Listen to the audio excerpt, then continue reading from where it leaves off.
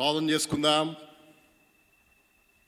ప్రేమ కలిగిన మా తండ్రి, నమ్మకమైన దేవా, యేసుక్రీస్తు ప్రభువారి శ్రేష్టమైన పరిశుద్ధ నామమున మీ పాద సన్నిధికి రావడానికి అనుగ్రహించిన ఈ ధన్యకర సమయాన్ని బట్టి స్తోత్రాలు.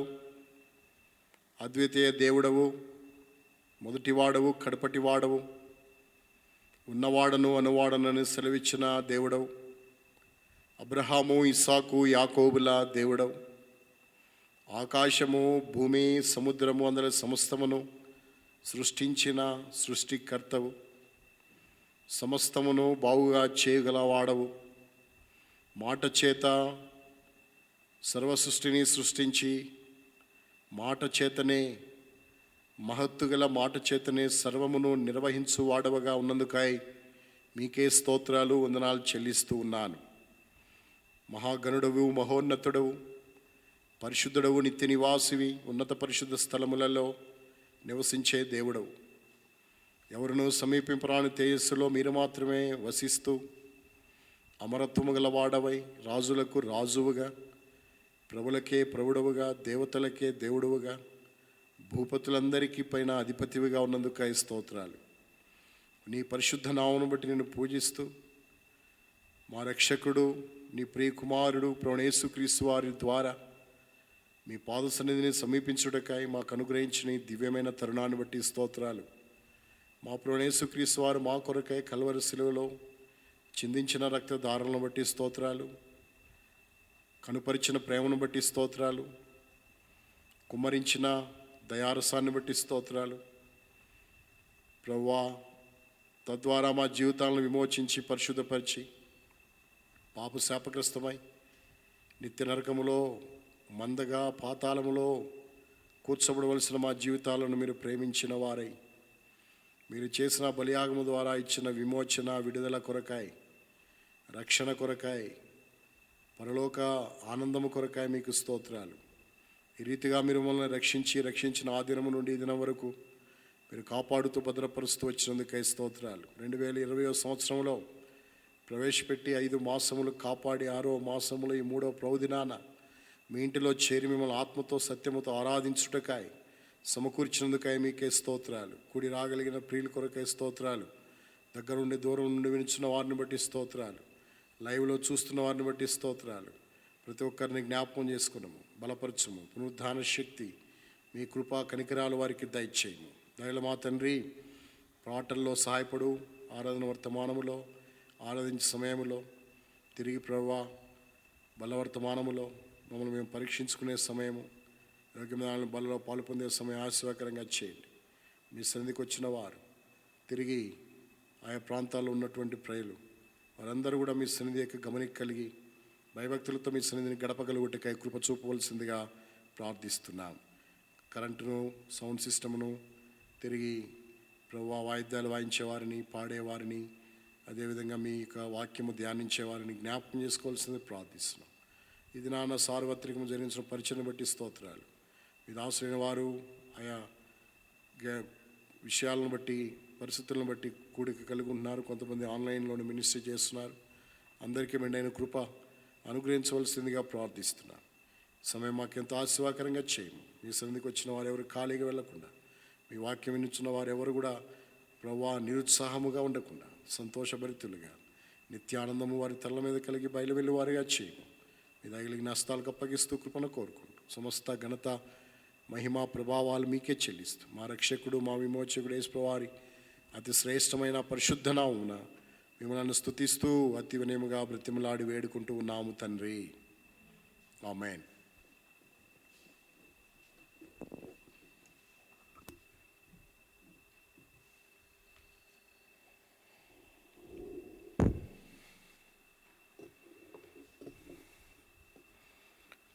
మా ప్రభు యేసు నీవే మా సర్వం.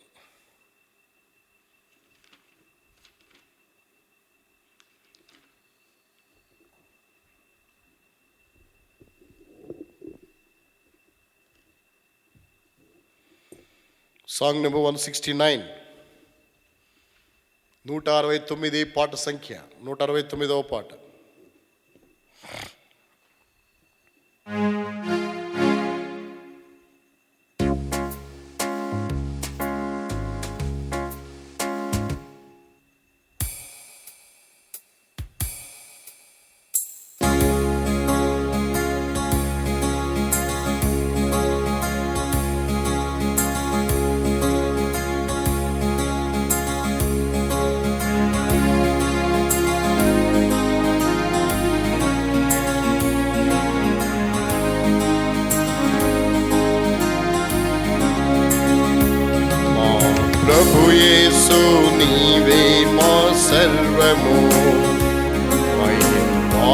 మాకెప్పుడు నీతోనే స్నేహము.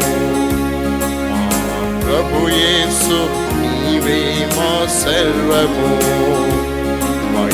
మాకెప్పుడు నీతోనే స్నేహము.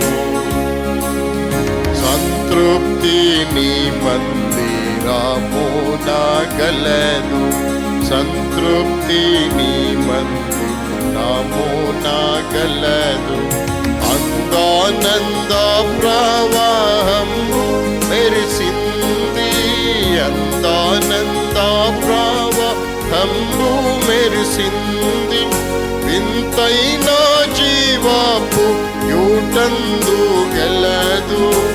వింతైన జీవపు యూటందు గలదు. ఎంతైనా మా పూజారుండావీవే. ఎంతైనా మా పూజారుండావీవే. మా ప్రభు యేసు నీవే మా సర్వము. మాకెప్పుడు నీతోనే స్నేహము. మా ప్రభు యేసు నీవే మా సర్వము. మాకెప్పుడు స్నేహము. ఇంతటి ప్రేమను నేనెంతో పొందియు. ఇంతటి ప్రేమను నేనెంతో పొందియు. మొదటి ప్రేమనెంతో విడచిపెట్టి తిని. మొదటి ప్రేమనెంతో విడచిపెట్టి తిని. సదయా క్షమించి మొదటి ప్రేమానిమ్మయా. సదయా క్షమించి మొదటి ప్రేమానిమ్మయా. సతతంబు మా పూజారుండావీవే. సతతంబు మా పూజారుండావీవే. మా ప్రభు యేసు నీవే మా సర్వము. మాకెప్పుడు నీతోనే స్నేహము.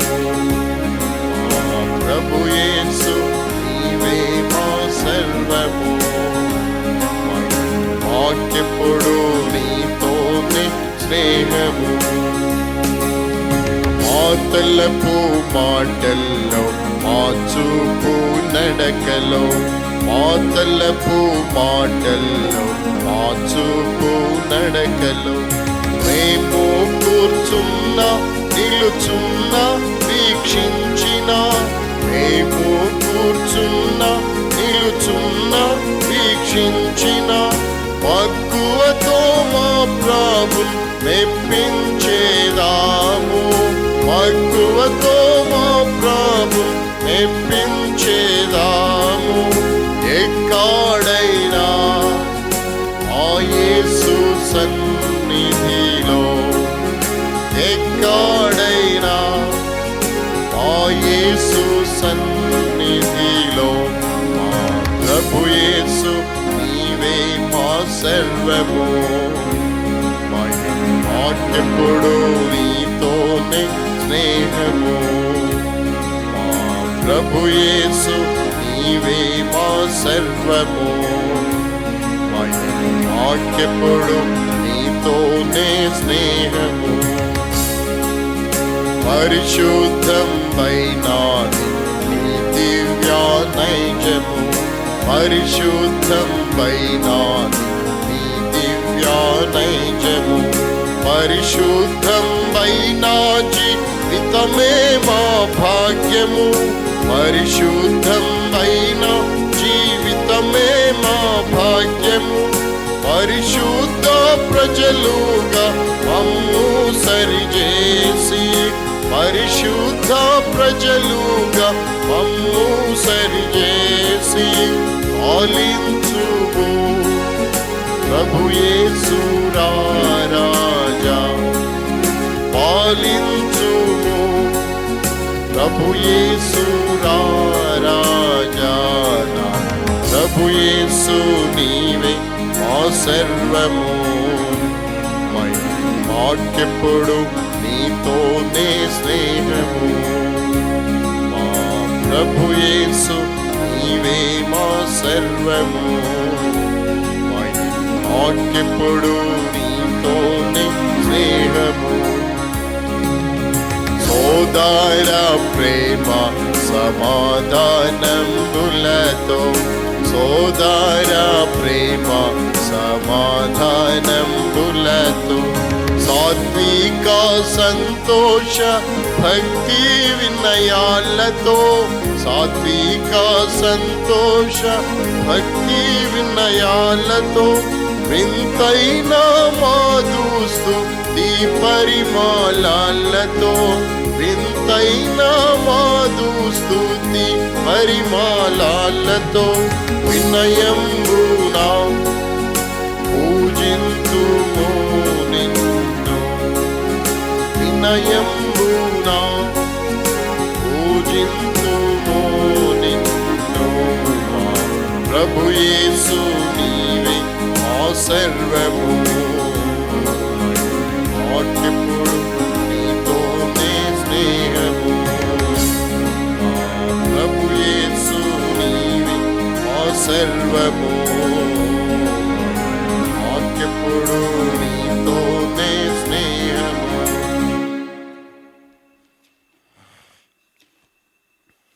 పాట సంఖ్య 213 కొత్త పుస్తకంలో నుండి, పాత పుస్తకంలో నుండి 184.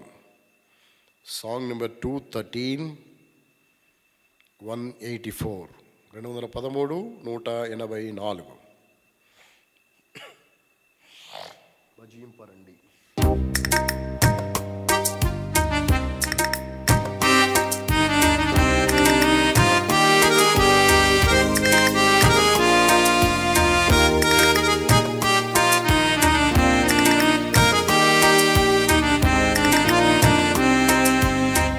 భజింపరండి ప్రభు యేసుని ఆత్మ సత్యములతో, ప్రేమమయుని పరమ తండ్రిని భజింపరండి. పాప క్షమాపణ మనకిచ్చెను, మనల విమోచించే రక్తముతో. పాప క్షమాపణ మనకిచ్చెను, మనల విమోచించే రక్తముతో. జయము జయము మన ప్రభుకే, జయము జయము మన ప్రభుకే. భజింపరండి ప్రభు యేసుని ఆత్మ సత్యములతో, ప్రేమమయుని పరమ తండ్రిని భజింపరండి.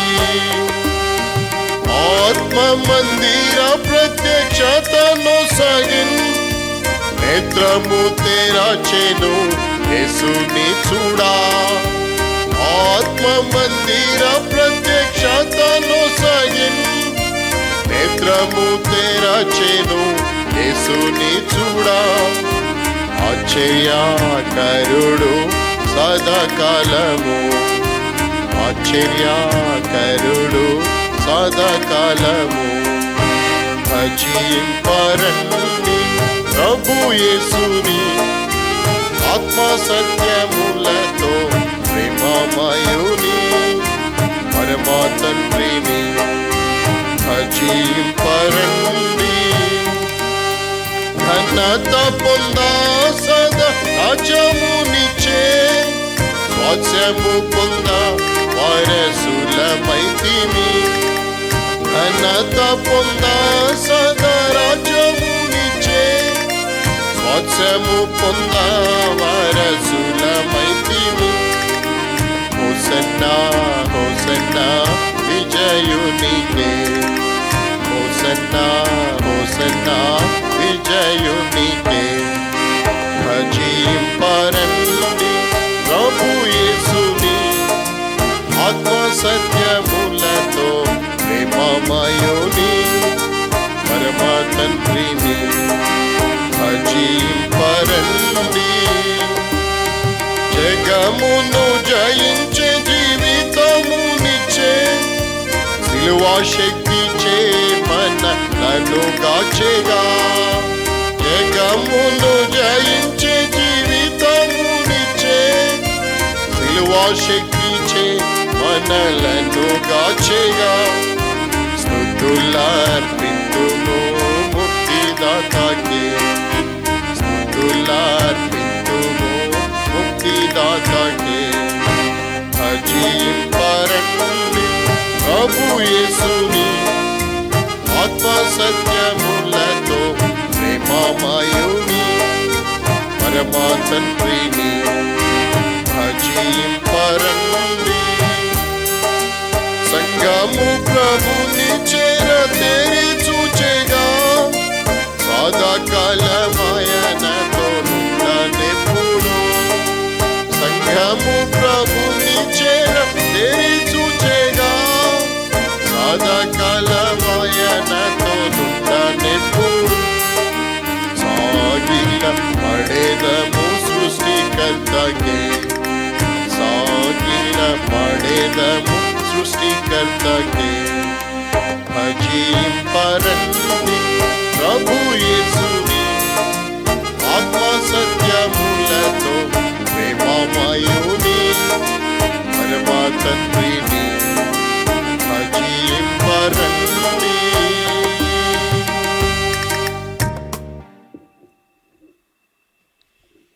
కొన్ని నిమిషాలు దేవుని వాక్యాన్ని మనం ధ్యానించి ఆరాధనలో మనం ప్రవేశించవలసిన వారమైంటున్నాం.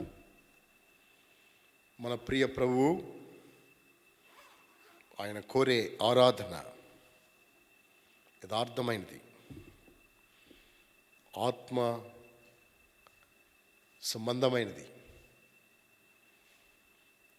సత్యముతో కూడిందై ఉండాలని మన ప్రభు కోరినాడు. అందుకే దేవుని వాక్యం ఇలా రాయబడింది, దేవుడు ఆత్మ గనుక ఆయన ఆరాధించేవారు ఆత్మతోనూ సత్యముతోనూ ఆరాధింపవలెననెను అని వ్రాయబడింది.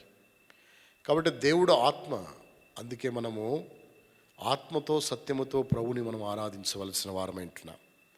దేవుని మహాకృప చేత మనము 2020 సంవత్సరంలో ప్రవేశపెట్టబడి 5 మాసములు ప్రభువులను ఎంతో కాచి కాపాడి 6వ మాసములో 3వ ప్రవదినలోకి దేవుడు మనం తీసుకొచ్చినాడు.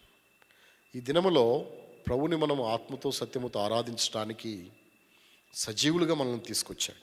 ఎంతోమంది రకరకాలైన పరిస్థితుల చేత కోవిడ్-19 ఈ వైరస్, కరోనా వైరస్ అనేది వ్యాప్తి చెందుతూ వచ్చిన కారణాన ఎంతోమంది మరణించినారు.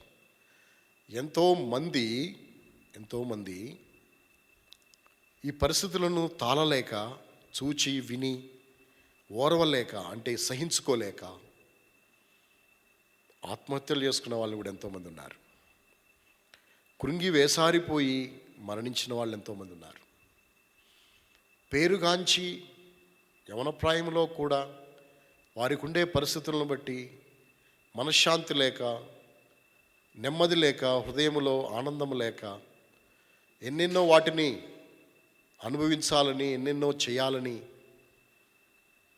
గురి పెట్టుకుని వాటిని సాధించలేక ఆత్మహత్య చేసుకున్న వాళ్ళు కూడా చాలామంది ఉన్నారు. అయితే వారందరిలో మనము బలవంతులమని, గొప్పవారమని, వాళ్ళందరిలో ఎన్నికైన వారమని కాదు. దేవుని మహాకృప మన ఎడల అత్యున్నతమైనదిగా ఉంది. అందుకే దేవుడు మనల్ని సజీవులుగా ఉంచినాడు, ఆయన సన్నిధికి సమకూర్చినాడు. ఇలా దేవుని సన్నిధిలోకి మనం రాబట్టడానికి గల కారణము మనల్ని సజీవులుగా ఉంచినాడు కనుకనే. సజీవులే నిన్ను స్తుతిస్తారు అనే మాట వాస్తవమైంది. మనం కూడా ప్రభుని స్తుతించి ఆయన మనం మహింపరచవలసిన వారమైంటున్నాం. అందుకొరకై ఈ దినాన ఆయన మహింపరచుటకు, ఆరాధించుటకు, ఆయన పూజించుటకు, ఆయన శ్లాఘించి గణపరిచి కొనియాడటానికి దేవుని వాక్యంలో ఒక వచనాన్ని ధ్యానం చేసుకుంటాం. రండి, కీర్తన గ్రంథం 22వ అధ్యాయము, సామ్ 22. కీర్తన గ్రంథము 22వ అధ్యాయము 25వ వచనములో వచనాన్ని మనందరం కలిసి చదువుకుంటాం. కీర్తన గ్రంథం 22వ అధ్యాయము 25వ వచనం. Sam 22 verse 25. కీర్తన గ్రంథం 22వ అధ్యాయము 25వ వచనాన్ని మనందరం కలిసి చదువుకుంటాం. మహాసమాజములో నిన్ను గూర్చి నేను కీర్తన పాడెదను, ఆయన యందు భయభక్తులు గలవారి ఎదుట నా మొక్కుబడులు చెల్లించెదను. నా వెనక చెప్పండి, నా వెనక పలకండి. మహాసమాజములో నిన్ను గూర్చి నేను కీర్తన పాడెదను, ఆయన యందు భయభక్తులు గలవారి ఎదుట నా మొక్కుబడులు చెల్లించెదను. చదవండి భాగాన్ని, ప్రభు మన కొరకే దీవించును గాక. ఇక్కడ మాట రాయబడింది, ఏమని? మహాసమాజములో నిన్ను గూర్చి నేను కీర్తన పాడెదను అన్నాడు. నిన్ను గూర్చి నేను కీర్తన పాడతాను అని. 22వ కీర్తన చాలా ప్రత్యేకమైన కీర్తన.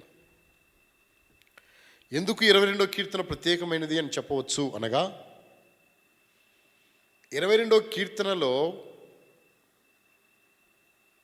దావీదు భక్తుడు తన పడిన ప్రయాస, తాను పడినటువంటి కష్టాలు, తాను పడినటువంటి ఇబ్బందులు, తాను ఎదుర్కొన్నటువంటి స్థితిగతులు ఎంత ఘోరమైనవి. దేవుడు మానవుని చెయ్యి విడిస్తే ఎట్లుంటుందో అలాంటి స్థితి అనుభవించిన వాడుగా తాను కీర్తన రాసినాడు. ఈ కీర్తనలోని మొదటి మాట మన ప్రభువు యేసుక్రీస్తు వారు శిలువలో పలికిన మాటల్లో ఒక మాట, నా దేవా నా దేవా నన్నెందుకు చెయ్యి విడిచితివి, దేవా దేవా నన్నేల విడనాడితివి అని ఇక్కడ మనం చదువుతున్నాం. అంతేకాదు ప్రభువు యేసుక్రీస్తు వారి యొక్క శిలువను గూర్చిన సంగతులు 22వ కీర్తనలో మనం చూడగలిగే వారమై ఉంటున్నాం. కాబట్టి 22వ కీర్తనలో ప్రభు ఎన్నో సంగతులను మనకు జ్ఞాపకం చేస్తుంటున్నాడు.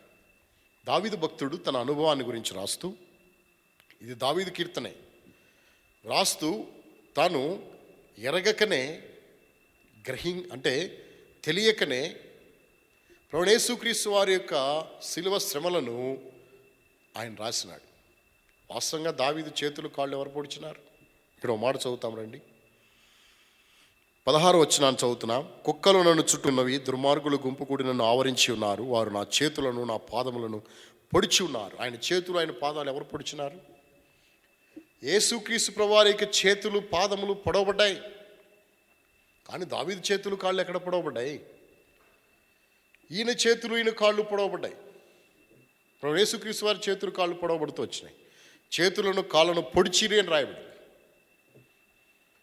కాబట్టి ఇలాగూ ఏమి వ్రాసినాడో ఏమి పలికినాడో తన ప్రమేయము లేకనే ఆత్మావేశము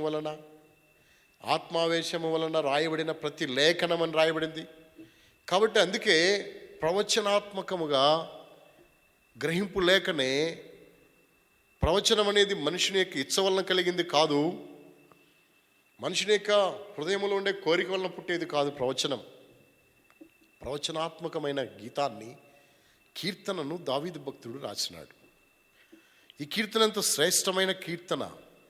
ఈ కీర్తనలో 25వ వచనాన్ని మనం చదివాం.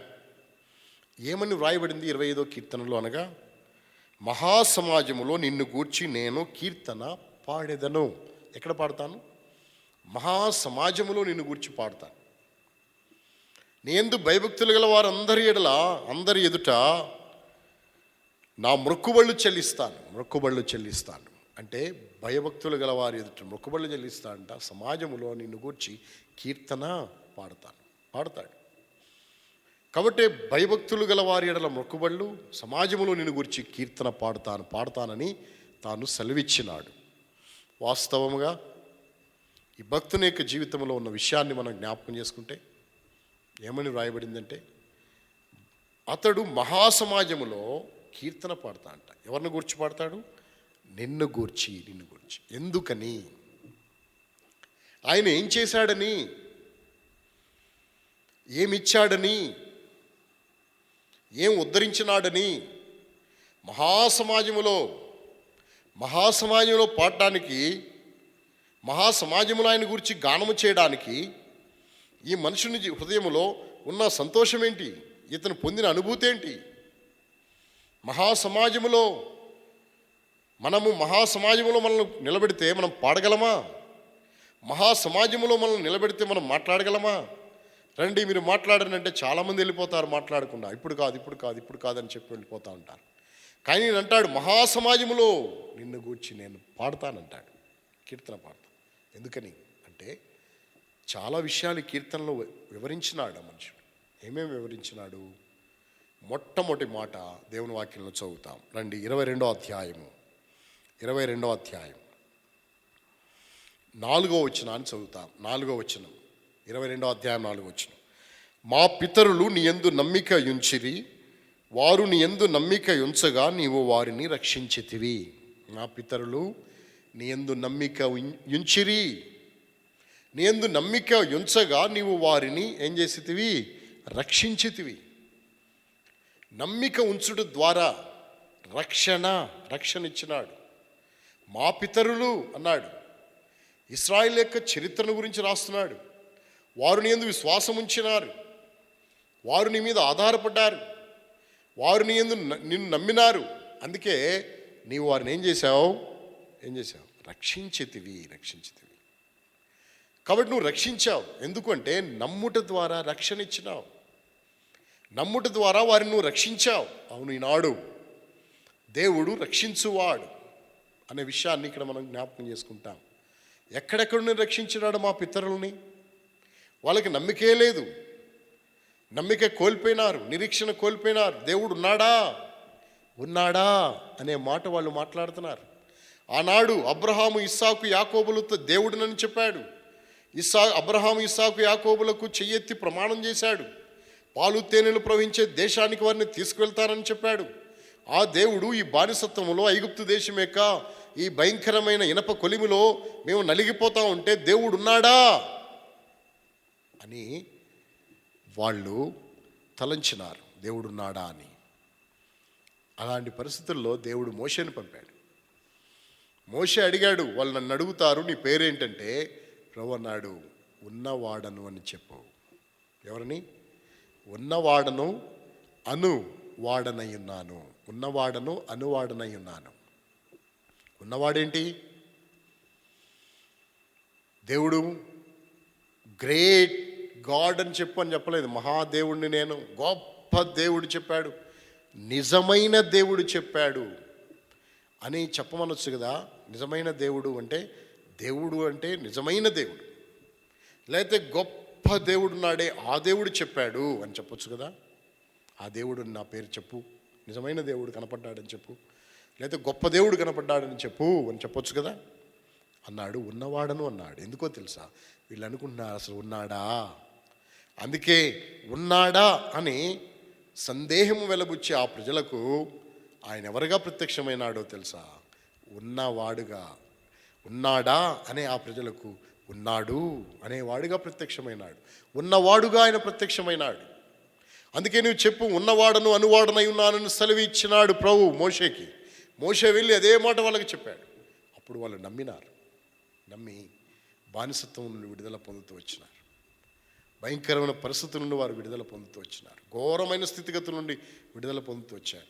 ఐగుప్తు దేశం యొక్క వెట్టి చాకిరి నుండి, ఐగుప్తు దేశం యొక్క భయంకరమైనటువంటి దుస్థితి నుండి, ఐగుప్తు దేశం యొక్క ప్రాణాలు విసిగిన పరిస్థితి నుండి, ఫరో యొక్క కబంధ హస్తాల నుండి, ఫరో పెట్టిన ఇనప కొలిమి లాంటి శ్రమల నుండి, ఆ భయంకరమైన పరిస్థితుల నుండి దేవుడు రక్షించినాడు. ఎవరిని? మా పితరులను రక్షించితివి.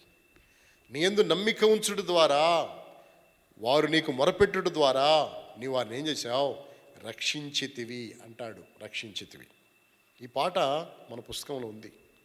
సాంగ్ నెంబర్ 7, 7వ పాట. ఇది చాలా మంచి పాట. ఏంటా పాట? మా పితరులు నీ యందు విశ్వాసించగా రక్షించితివి. మా పితరులు నీ యందు విశ్వాసించగా రక్షించితివి. మొరలీడి నిన్ను నమ్మిరి, మొరలీడి నిన్ను నమ్మిరి, విడుదలొంది సిగ్గు నొందాలేదు, విడుదలొంది సిగ్గు నొందాలేదు. నాదు దేవా, నాదు దేవా, నన్నేలా వీడనాడితివయ్యా. నాదు దేవా, నాదు దేవా, నన్నేలా వీడనాడితివయ్యా. నన్ను రక్షింపక ఆర్తధ్వని, నన్ను రక్షింపక ఆర్తధ్వని, విన్నక నీవేలా దూరమున్నావు, విన్నక నీవేలా దూరమున్నావు. నాదు దేవా, నాదు దేవా, నన్నేలా వీడనాడితివయ్యా. నాదు దేవా, నాదు దేవా, నన్నేలా వీడనాడితివయ్యా. మా పితరులు నీ యందు నమ్మిక ఉంచినారు, నువ్వు రక్షించావు. అవును, ఈ లోకములో మానవునికి రక్షణ రావటానికి గల కారణము పితరులే కాదు, దావీదే కాదు, ఇశ్రాయేలు మాత్రమే కాదు. ఎవరైతే ఆయన యందు నమ్మిక ఉంచుతున్నారో వారందరూ ఏం పొందుతున్నారు? రక్షణ పొందుతున్నారు. నమ్మి బాప్తిస్మము పొందినవాడు ఏం చేయబడును? రక్షింపబడును. కాబట్టి నమ్మి బాప్తిస్మం పొందినవాడు రక్షించబడతాడు. మార్కు సువార్త, దేవుని వాక్యములో నుండి ఆ మాటను మనం చదువుకుంటాం. మార్కు సువార్త 16వ అధ్యాయము 16వ వచనంలో రాయబడింది, నమ్మి బాప్తిసం పొందిన వాడు రక్షించబడును, నమ్మని వానికి శిక్ష ఏం చేయబడును? విధించబడును. నమ్మి బాప్తిసం పొందితే రక్షణ, నమ్ముట ద్వారా ఉచితముగా నీతిమంతులుగా తీర్చబడుతున్నారు, నమ్ముట ద్వారా దేవుని కృపకు పాత్రులవుతున్నారు, నమ్ముట ద్వారా వారు నిత్యజీవానికి వారసులుగా చేయబడుతున్నారు, నమ్ముట ద్వారా సమస్తమును వాళ్ళు స్వతంత్రించుకోగలిగే వారే ఉంటున్నారు. అందుకే నమ్మి వారు ఏం చేయబడ్డారు అంటే మొట్టమొదటి మాట వారు రక్షించబడ్డారు అని రాయబడింది. వారిని రక్షించినావు. అలాగే మా పితరులు ఎలా నిన్ను నమ్మినారో నేను కూడా అలాగే నమ్మా. నిన్ను నమ్మినప్పుడు నీవు కూడా నన్ను ఏం చేసినావు? రక్షించినావు. ఎలాంటి పరిస్థితుల మధ్య నేను ఉన్నానో తెలుసా, ఏ పరిస్థితుల మధ్య నేను ఉన్నానో తెలుసా అని ఆ పరిస్థితులన్నింటినీ వివరించినాడు దావీదు భక్తుడు. ఏ పరిస్థితుల మధ్య ఉన్నాడంట? రండి 21వ అధ్యాయం 7వ వచనాన్ని చదువుకుంటా. 22వ అధ్యాయం దయచేసి 22:7, 22:7. నన్ను చూచువారందరూ పెదవులు విరిచి తల ఆడించుచు నన్ను అపహసించున్నారు. యెహోవా మీద నీ భారం మోపము, ఆయన వాడిని విడిపించునేమో, వాడు ఆయనకి ఇష్టడు కదా, ఆయన వాడిని తప్పించునేమో అందరూ. వారు తమ పెదవులు విరుస్తున్నారు, పెదవులు విరిచి తలలాడిస్తూ వాడు ఆయనకి ఇష్టడు కదా, విడిపిస్తాడేమో చూద్దాం, వాడు ఆయన్ని మీద భారం మోపాడు కదా, ఆయన్ని అతన్ని విడిపిస్తాడేమో చూద్దాం అని వాళ్ళు తమ పెదవులు విరిచి తలలాడిస్తున్నారు. అలాగూ నా మీద వాళ్ళు అపహాస్యం చేస్తున్నారు. నన్ను వాళ్ళు ఏం చేస్తున్నారో తెలుసా? అపహసించున్నారు, తలలాడిస్తూ అపహసించున్నారు, అపహాస్యం చేస్తున్నారు. అయితే వాళ్ళు ఎంత అపహాస్యం చేసినా, వాళ్ళు ఏం చేసినా నా దేవుడు నేను ఆయన నమ్మాను కనుక నన్ను ఆయన ఏం చేసినాడు? రక్షించినాడు. ఐగుప్తు దేశములో నుండి ఇశ్రాయేలు ప్రజలను ఎట్లా రక్షించినాడో దావీదు భక్తుణ్ణి సౌలు చేతిలో నుండి, శత్రువుల చేతిలో నుండి, మరణం వశము నుండి తప్పించి రక్షించి దావీదు యొక్క నమ్మికను దేవుడు నెరవేర్చి అతన్ని రక్షించినాడు, సింహాసనం మీద ఎక్కించినాడు. అందుకే దావీదుకి ఒక హృదయములో ఒక నిశ్చయత ఏర్పడింది, హృదయంలో ఒక ఉత్సాహకరమైన పరిస్థితి కలిగి ఉన్నాడు. ఏంటి ఆ పరిస్థితి అంటే, మహాసమాజములో నిన్ను గూర్చి నేనేం చేస్తాను? కీర్తన పాడేదను. నిన్ను గురించి నేను కీర్తన పాడతాను మహాసమాజంలో. ఎందుకో తెలుసా? నేను నమ్మాను, నా నమ్మకాన్ని ఒమ్ము చేయలేదు. సౌలుకి అప్పగించలేదు, శత్రువులకు అప్పగించలేదు, మరణానికి అప్పగించలేదు, సింహాసనం మీదకి తీసుకెళ్లేదాకా నువ్వు నన్ను వదిలిపెట్టలేదు. నా నమ్మికను నమ్ముట్టును బట్టి నువ్వు నన్ను ఏం చేసేతివి? రక్షించితివి. పితరులను రక్షించినాడు, దావీదును రక్షించినాడు నమ్ముట ద్వారా. మనము ప్రభువుని నమ్ముట ద్వారా ఈనాటి వరకు మనల్ని ఆయన రక్షిస్తూ వచ్చినాడు. సాతాను నుండి, పాపము నుండి, నరకము నుండి, రాబోయే భయంకరమైన ఉగ్రత నుండి, అంతేకాదు ప్రస్తుత దుష్ట కాలములో నుండి, ఈ భయంకరమైన కోవిడ్-19 పరిస్థితుల నుండి నిన్ను నన్ను దేవుడు రక్షిస్తూ వచ్చినాడు. అందుకే మనము నమ్ముట ద్వారా, మా పితరులు నమ్మారు, నువ్వు వారిని రక్షించితివి, నేను కూడా నిన్ను నమ్మాను, నువ్వు కూడా నన్ను రక్షించినావు.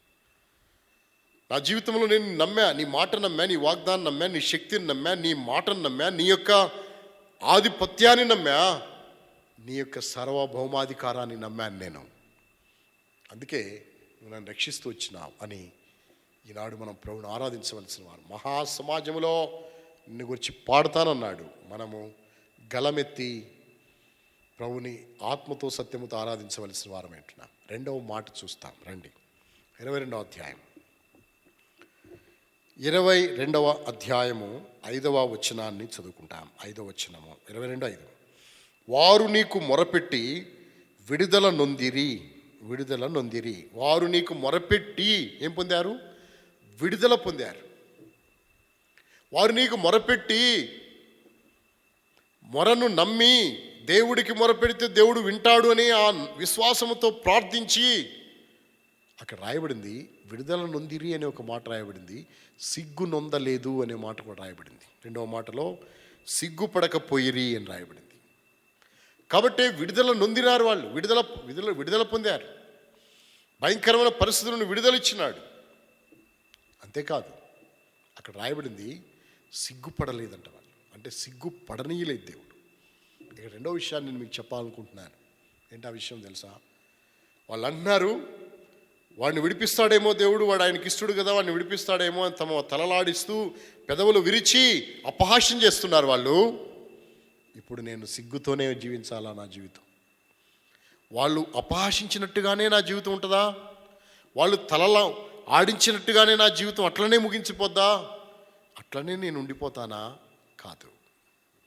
నేను ఒక మాట చెప్తాను మీకు, ఈ మాటను ఎప్పుడు గుర్తుపెట్టుకోండి, ఆ మాటను మీ హృదయాల మీద రాసుకోండి. ఆ మాట ఏంటో తెలుసా? రండి, కీర్తన గ్రంథము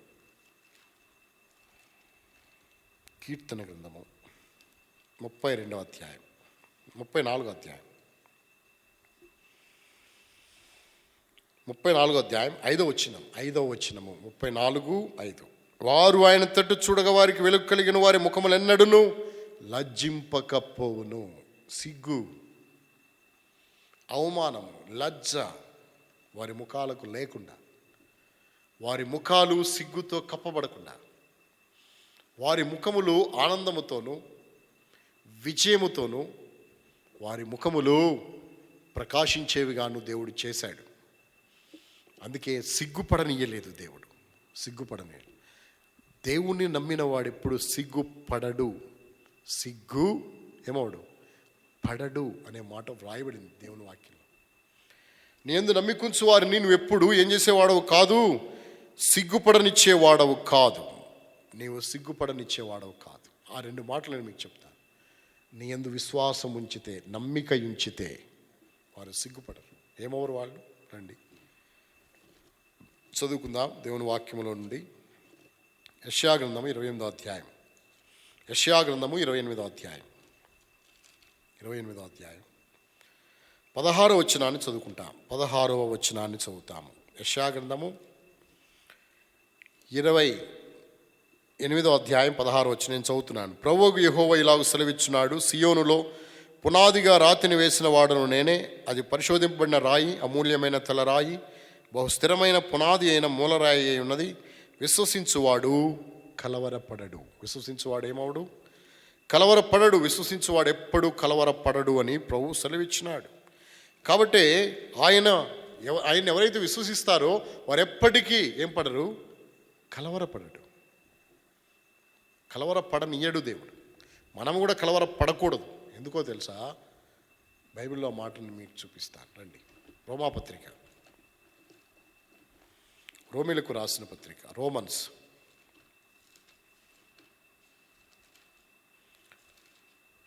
చాప్టర్ 9, రోమన్ చాప్టర్ 9, రోమాపత్రిక 9వ అధ్యాయం 33వ వచనం నేను చదువుతున్నాను.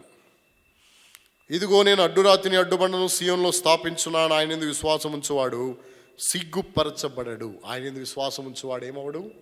సిగ్గుపరచబడడు. అంటే సిగ్గుపరచబడే పరిస్థితులు ఏమీ లేకుండా నిన్ను తప్పిస్తాడు. ఇశ్రాయేలు ప్రజలు దేవుని నమ్మారు, అలాగే దావీదు దేవుని నమ్మాడు. వారు దేవుని నమ్ముట ద్వారా వారు సిగ్గుపడనీయలేదు. దేవుడు దావీదుని ఎక్కడన్నా సిగ్గుపడినిచ్చినాడా? దావీదు ఏ దేవుని యందు నిరీక్షణ ఉంచినాడు? తన ప్రాణము తల్లడిల్లిపోతున్న పరిస్థితులు, తన భయంకరమైన దుఃఖ దినాలు, తన జీవితంలో ఎంతో ఘోరమైన దుస్థితిలో ఉన్నాడు ఈ మనుషుడు. సౌలు చేత తరమబడుతున్న నిద్రాహారాలు లేకుండా అడవుల్లో, కొండల్లో, ఎడారుల్లో తిరుగుతున్నాడు, గుహల్లో దాక్కుంటున్నాడు. అటువంటి మనుషుని ప్రజలందరూ అతన్ని వేరు చేసి అతడు చనిపోవాలని శాపనార్థాలు పెట్టిన వాళ్ళు కూడా ఎంతోమంది ఉన్నారు. అయినా విశ్వసించువాడు ఏమవడు? కలవరపడు. విశ్వసించువాడిని దేవుడు ఏం చేయడు? సిగ్గుపరచనీయడు. సిగ్గుపరచడు ఆయన. కాబట్టి సిగ్గుపడనీయడు. అందుకే ఇశ్రాయేలీలు ఐగుప్తు దేశం నుండి బయలుదేరి వచ్చినారు. వాళ్ళని సిగ్గుపడనీయలేదు దేవుడు. దావీదును సిగ్గుపడలేదు. నేటికి మన జీవితంలో ఏ ఏ విషయాల కొరకు, ఏ పరిస్థితుల కొరకు దేవుని మీద మనం విశ్వాసం ఉంచినామో, నమ్మిక ఉంచినామో, మొరపెట్టామో, ప్రార్థించిన వాటికి జవాబిచ్చి అడిగిన వాటిని నన్ను అనుగ్రహిస్తూ మనల్ని సిగ్గుపడనీయకుండా చేస్తూ వచ్చినాడు. అందుకే నీవు కూడా మహాసమాజములో ఏం చేయాలి?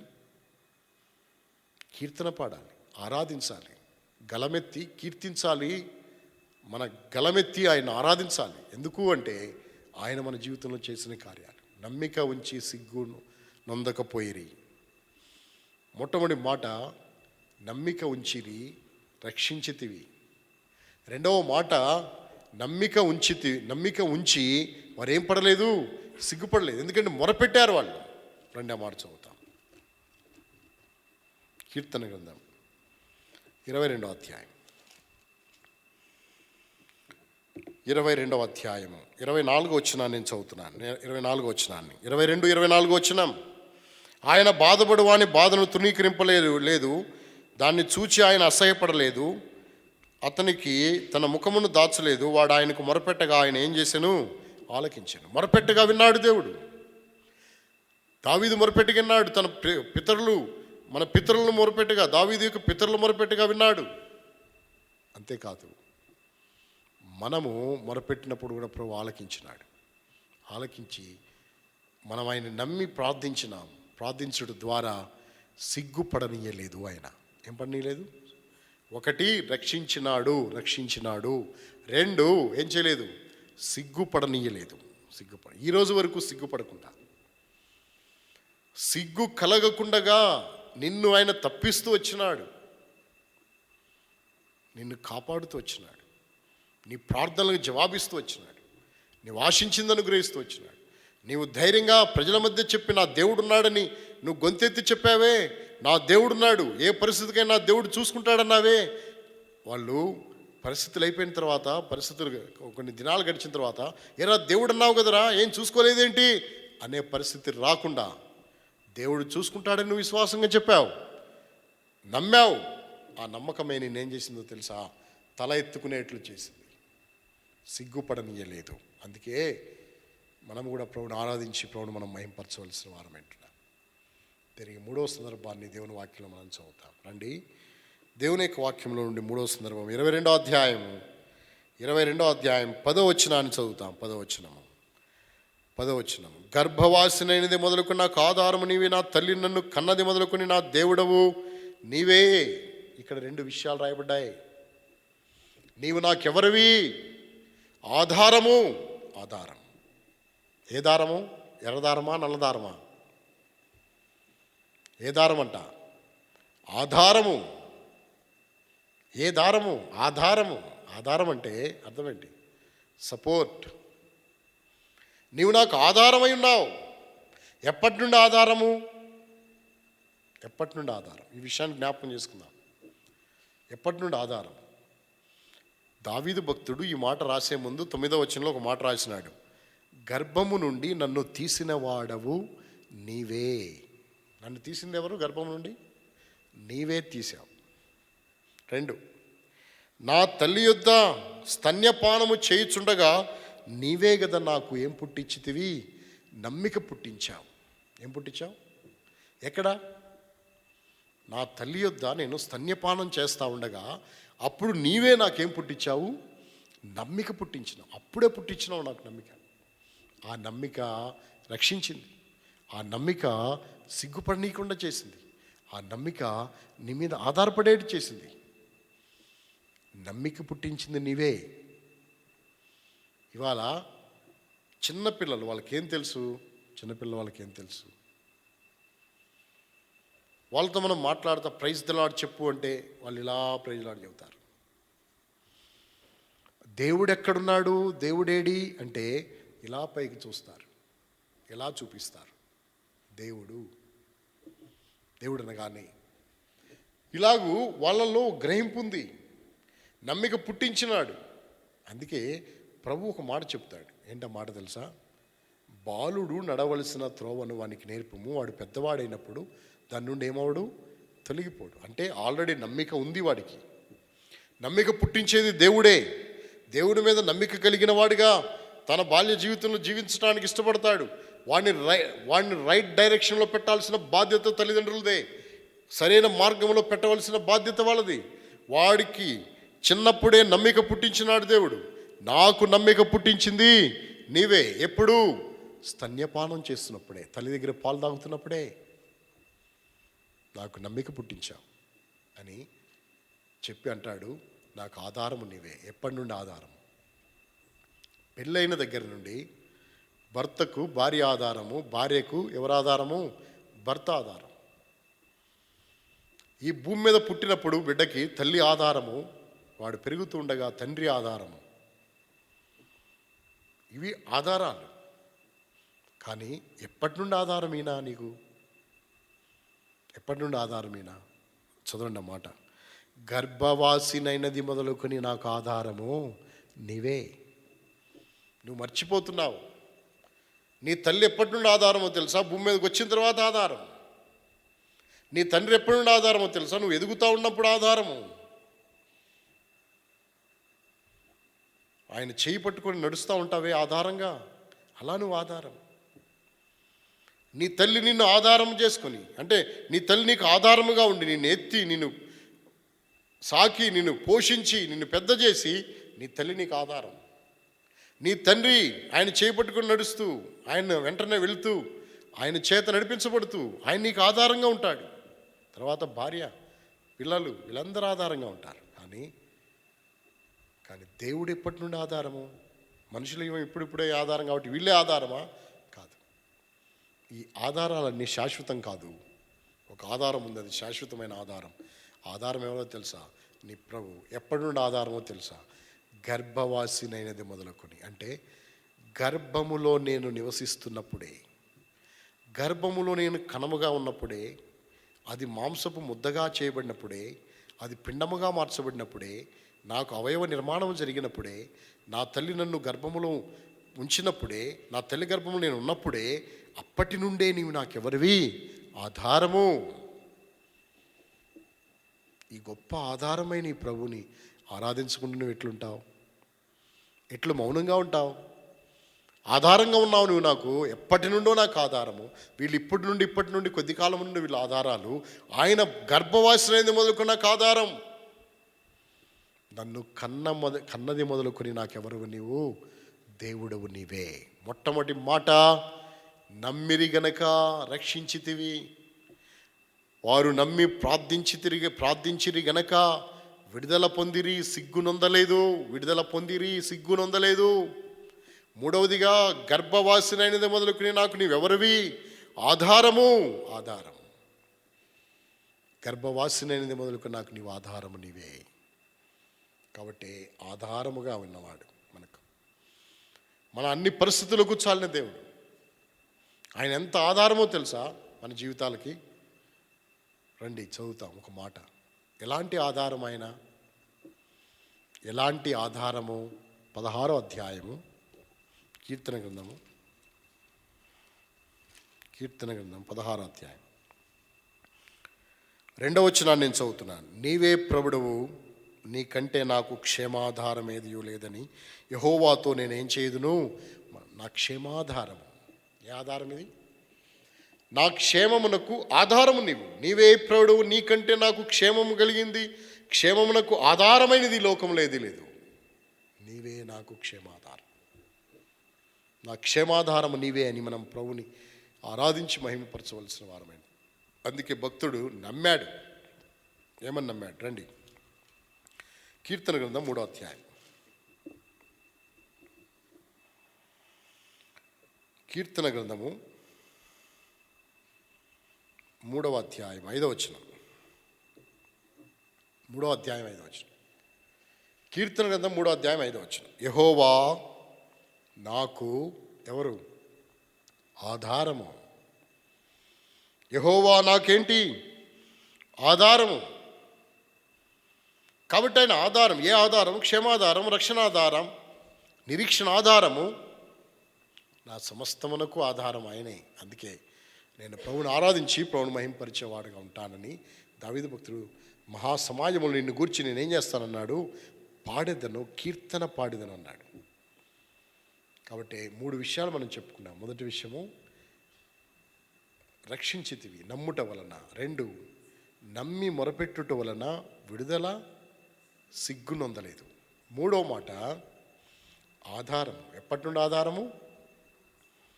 గర్భవాసమైంది మొదలుకున్న ఆధారం. తిరిగి 4వదిగా ఒక మాట రాయబడింది, నాకు దేవుడవు నీవే. నువ్వెవరివి? నాకు దేవుడు. ఎప్పటి నుండి దేవుడు? ఎప్పటి నుండి దేవుడు అంట? నా తల్లి నన్ను కన్నది మొదలుకొని నాకు దేవుడవు నీవే. ఈ గ్రహింపులోకి మనం వచ్చినామా? ఈ సత్యం మనకు అర్థమవునా? అర్థమైందా ఈ విషయము? దేవుడు ఎప్పటి నుండి దేవుడు? ఇప్పుడు నుండి కాదు. ఇప్పుడు నువ్వు ఎరిగితివి. ఆయన ఎప్పటి నుండి దేవుడు? నీవు ఆయన ఎరగలేదు, నువ్వు వెతకలేదు, నువ్వు ప్రేమించలేదు. ఆయన వెతికినాడు. ఆయన ఏర్పాటులో ఉన్నావు నీవు. మొదట ఆయన వెతికినాడు. మొదట ఆయన నిన్ను ప్రేమించినాడు. మనం ప్రేమించలేదు. అందుకే భక్తుడు అన్నాడు, మొదట నిన్ను వెదుకనైతిని, మొదటే నన్ను వెదకితివి, మొదట నిన్ను ఎరుగనైతిని, మొదటే నన్ను ఎరిగితివి. వెదుకాలేదు ప్రభువా నేను, వెదుకాలేదు ప్రభువా నేను, వెదకితివి ఈ పాపిని.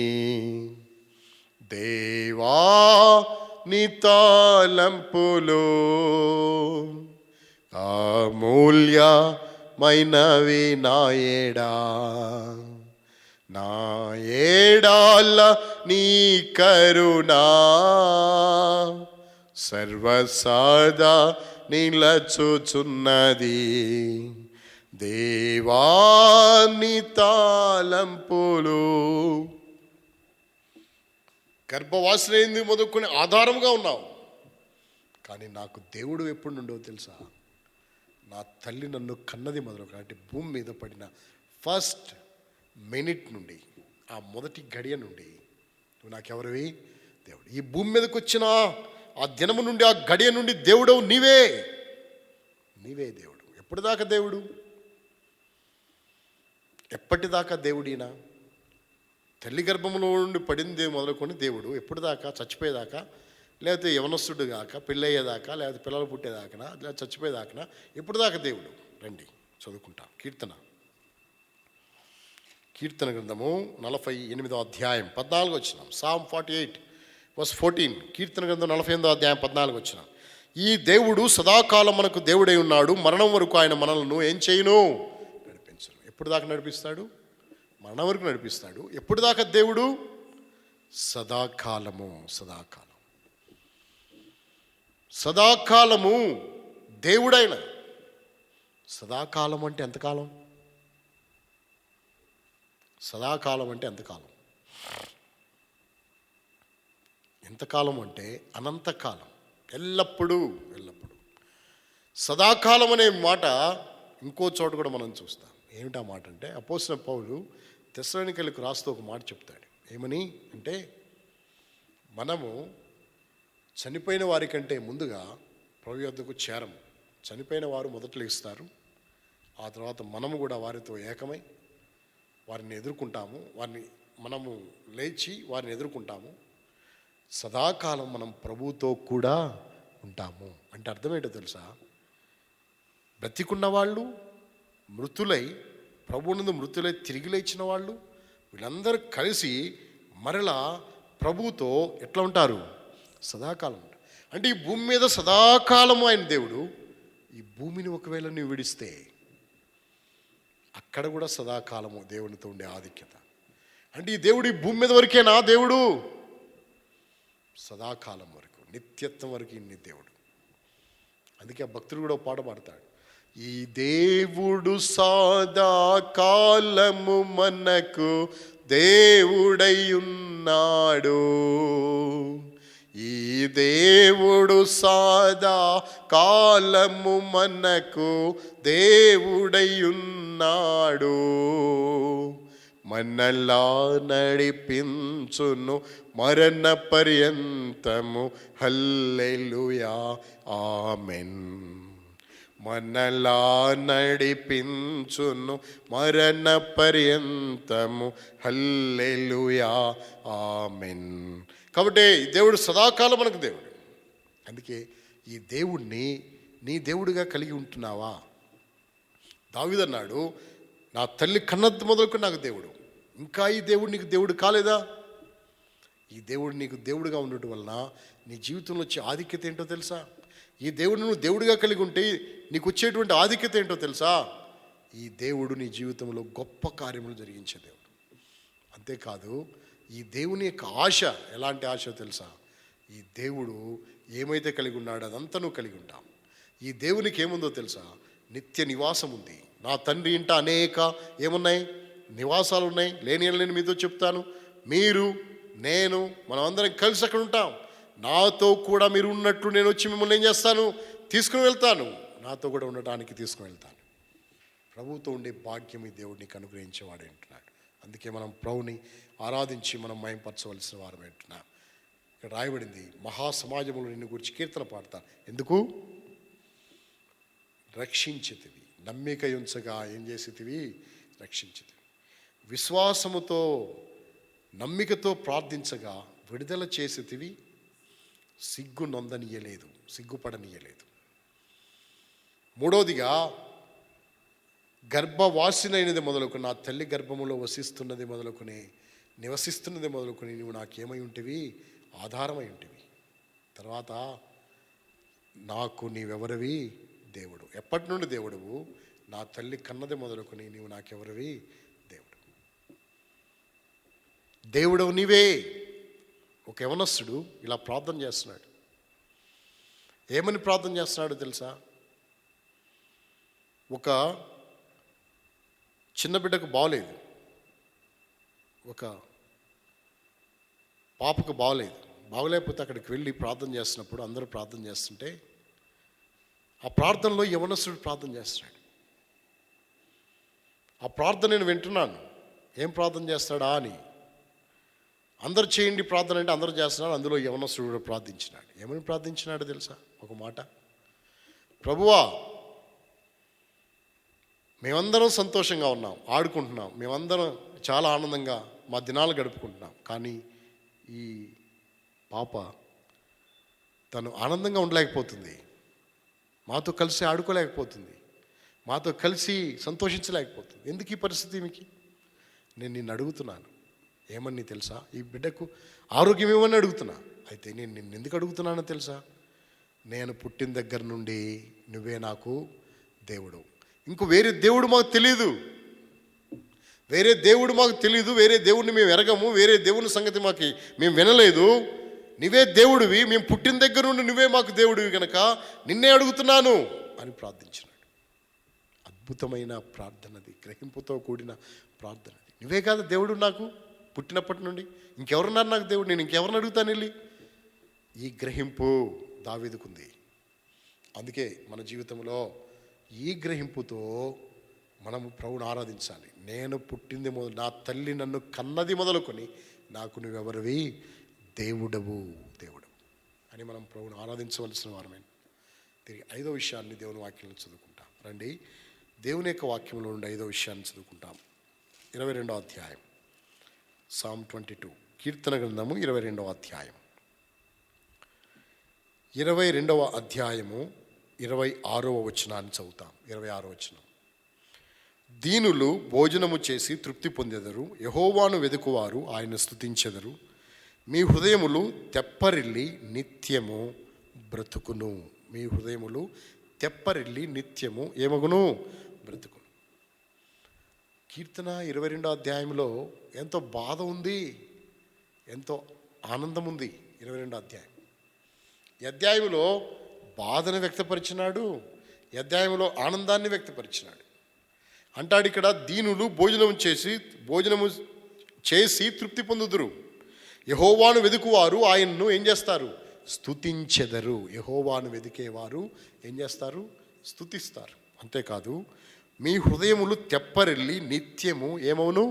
బ్రతుకు. ఈ మాట గుర్తుపెట్టుకోండి. మీ హృదయములు తెప్పరిల్లి నిత్యము ఏమవుతుంది? బ్రతుకుతుంది, బ్రతుకును అని. కాబట్టి మీ హృదయాలలో కలవరము కానీ, చింత కానీ, దిగులు కానీ, వేదన కానీ, దుఃఖము కానీ, కన్నీరు కానీ ఉండకుండా తెప్పరిల్ల చేస్తున్నాడు హృదయాన్ని. అంతేకాదు, నిత్యము బ్రతుకున్నట్లుగా దేవుడు ఏర్పాటు చేస్తున్నాడు. ఈ ఏర్పాటుని దేవుడు నీకు ఇస్తున్నాడు. అందుకే దావీదు భక్తుడు అన్నాడు, ఈ మాటను రాసినాడు. ఏమని? తృప్తిగా జీవించే జీవితం. భోజనము చేసి దీనులు తృప్తిగా ఉంటారు, నిన్ను వెదుకువారు నిన్ను స్తుతిస్తారు. అంత మాత్రమే కాదు, వారి హృదయములు తెప్పరిల్లి నిత్యము ఏమవుతుంది? బ్రతుకుతుంది. ఇంతవరకు హృదయములు ఏముంది? దిగులు, వేదన, కలవరము, భయం ఉంది. అలాంటి భయాలు హృదయంలో నుండి ఏం చేసినాడు? తీసివేసినాడు. ప్రస్తుత పరిస్థితులు ఎన్నో భయాలు. ఏంటా భయాలు? ఓ ప్రక్కన కరోనా వైరస్ ప్రబలిపోతూ ఉంది, కోవిడ్-19కి వ్యాక్సిన్ రాలేదని అధికారులు సైతం తల్లడిల్లిపోతున్నారు. మరో ప్రక్కన యుద్ధ సమాచారాల గురించి వింటున్నాం. చైనా భారత్ యుద్ధము ఏ క్షణంలో మొదలవుతుందో తెలియని పరిస్థితి. ఒక ప్రక్కన చూస్తే మిడతల దండు భయంకరంగా విజృంభిస్తున్నటువంటి పరిస్థితి. ఇంకా రాకడికి జరగాల్సిన సూచనలు ఏమున్నాయి? అక్కడక్కడ తెగుళ్ళు, కరువులు, భూకంపాలు, జనం మీదకి జనము, రాజ్యం మీదకి రాజ్యం, దేశం మీదకి దేశము లేస్తుంది. భయంకరమైనటువంటి పరిస్థితి సంభవింపబోతున్నాయి. ఇవన్నీ నా రాకడకు సూచనలు, యుగ సమాప్తికి సూచనలని ఆ ప్రభు సెలవిచ్చిన మాటలు ఈ దినాల్లో మనం చూడగలుగుతుంటున్నాం. రాకడకు సూచనలు చూడు. ఇంకా జరగాల్సిన ఏంటి? భూకంపాలు రావాలి, కరువులు రావాలి. అవి ఎంతసేపు వస్తాయి? భూకంపాలు ఎంతసేపు రావాలి? దేవుని రాకడకు సూచనలు ఇవన్నీ. యుద్ధాలు, యుద్ధ సమాచారాలు మీరు వింటారన్నాడు. దేశం మీదకి దేశం లేస్తుందన్నాడు. కరువులు వస్తాయన్నారు. ఎన్ని దేశాలైతే చైనా చుట్టూ బోర్డర్ కలిగి ఉందో, చైనా ఎన్ని దేశాలతో బోర్డర్ ఉందో అన్ని దేశాలతో కయ్యం పెట్టుకుంది అది. అలాంటి పరిస్థితి, ఘోరమైనటువంటి పరిస్థితి. ఇప్పుడు ఎంతోమంది జవాన్లు చనిపోయినారు. ఘోరమైన పరిస్థితి. ఇలాంటివన్నీ భవిష్యత్తులో ఇంకెన్ని చూస్తామో. మీ హృదయాలు తెప్పరిల్లి నిత్యము ఏమవును? బ్రతుకును. కలవరపడద్దు, దిగులు పడద్దు. మీ హృదయములు తెప్పరిల్లి బ్రతుకుతాయి. అందుకనే నిత్యము బ్రతుకును అని దేవుని వాక్యంలో రాయబడింది. అలాగూ దావీదు యొక్క హృదయాన్ని తెప్పరిల్ల చేసినాడు. దావీదు హృదయాన్ని తెప్పరిల్లినట్లుగా దేవుడు చేశాడు. ఆ కారణం చేత దావీదు మహాసమాజంలో నిన్ను గూర్చి నేనేం చేస్తాను? కీర్తన పాడతాను. కాబట్టి ఈ ఉదయకాలం మనం ప్రభువుని ఆత్మతో సత్యముతో ఆరాధించవలసిన వారం అంటున్నాం. ఏమని? నా హృదయమును తెప్పరిల్ల చేసేవాడవు నీవే. నిత్యము నీ సన్నిధిని బ్రతుకున్నట్లుగా నా హృదయమును కలవరం లేకుండా, దిగులు లేకుండా, వేదన, దుఃఖము, కన్నీరు లేకుండా నిత్యము బ్రతుకున్నట్లు నువ్వు చేస్తున్నావు. నా హృదయాన్ని తెప్పరిల్ల చేస్తున్నావు. హృదయము తెప్పరిల్లుట అనేది చాలా ప్రాముఖ్యం. విచారాలతో కృంగిపోయినప్పుడు ఎవరికైనా బాధ చెప్తే, వాళ్ళు మంచి ఆదరణకరమైన మాటలు చెప్తే, దుఃఖకరమైన పరిస్థితుల్లో ఉన్న మనకు నెమ్మది చేకూర్చే మాటలు చెప్తే అప్పుడు మన ప్రాణం తెప్పరిల్లుతుంది. బైబిల్లో ఒక మాట ఉంది, ఎప్పుడు తెప్పరిల్లుతాయి? మన హృదయం ఎప్పుడు తెప్పరిల్లుతుంది? రండి, సామెతల గ్రంథం, ప్రోవెబ్స్ సామెతల గ్రంథము 12వ అధ్యాయం. సామెతల గ్రంథము 12వ అధ్యాయం 12వ అధ్యాయము 25వ వచనం. సామెతలు 12:25. ఒకని హృదయములోని విచారము దాన్ని కృంగజేయును, దయగల మాట దాన్ని ఏం చేయను? సంతోషపెట్టు. హృదయంలో విచారము కృంగజేస్తుందంట, దయగల మాట దానిని ఏం చేస్తుందంట? సంతోషపరుస్తుందంట.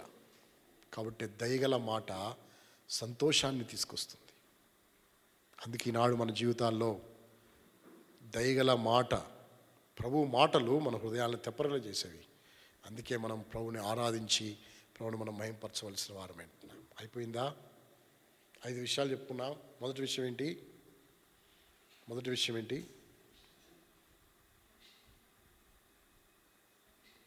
రక్షణ.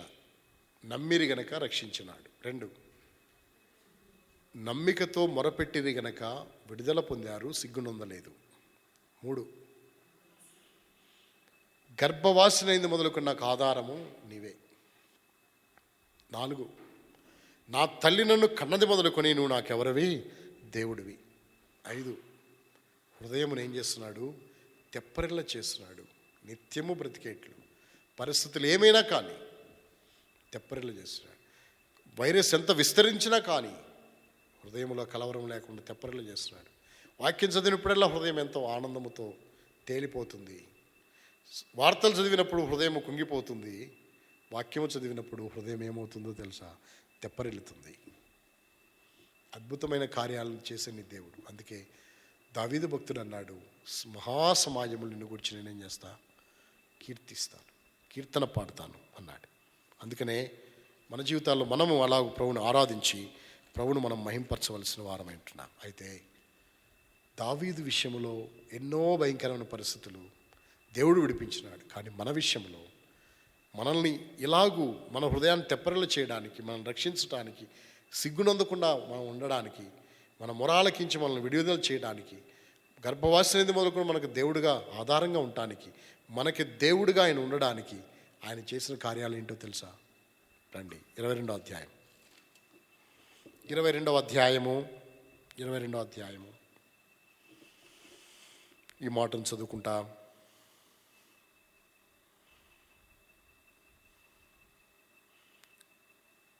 22వ అధ్యాయము 16వ వచనాన్ని చదువుకుంటా. కుక్కలు నన్ను చుట్టుకొని ఉన్నవి, దుర్మార్గులు గుంపుకుండా నన్ను ఆవరించి ఉన్నారు. వారు నా చేతులను నా పాదములను పొడిచి ఉన్నారు. నా చేతులను నా పాదములను వాళ్ళు ఏం చేశారు? పొడిచారు. ఎవరి చేతులు పొడిచినారు? ఎవరు పాదాలు పొడిచినారు? దావీదు పాదాలు పొడవలేదు. ప్రభువైన యేసుక్రీస్తు వారి యొక్క పాదాలు పొడవబడ్డాయి. ఆయన చేతులు పొడవబడ్డాయి.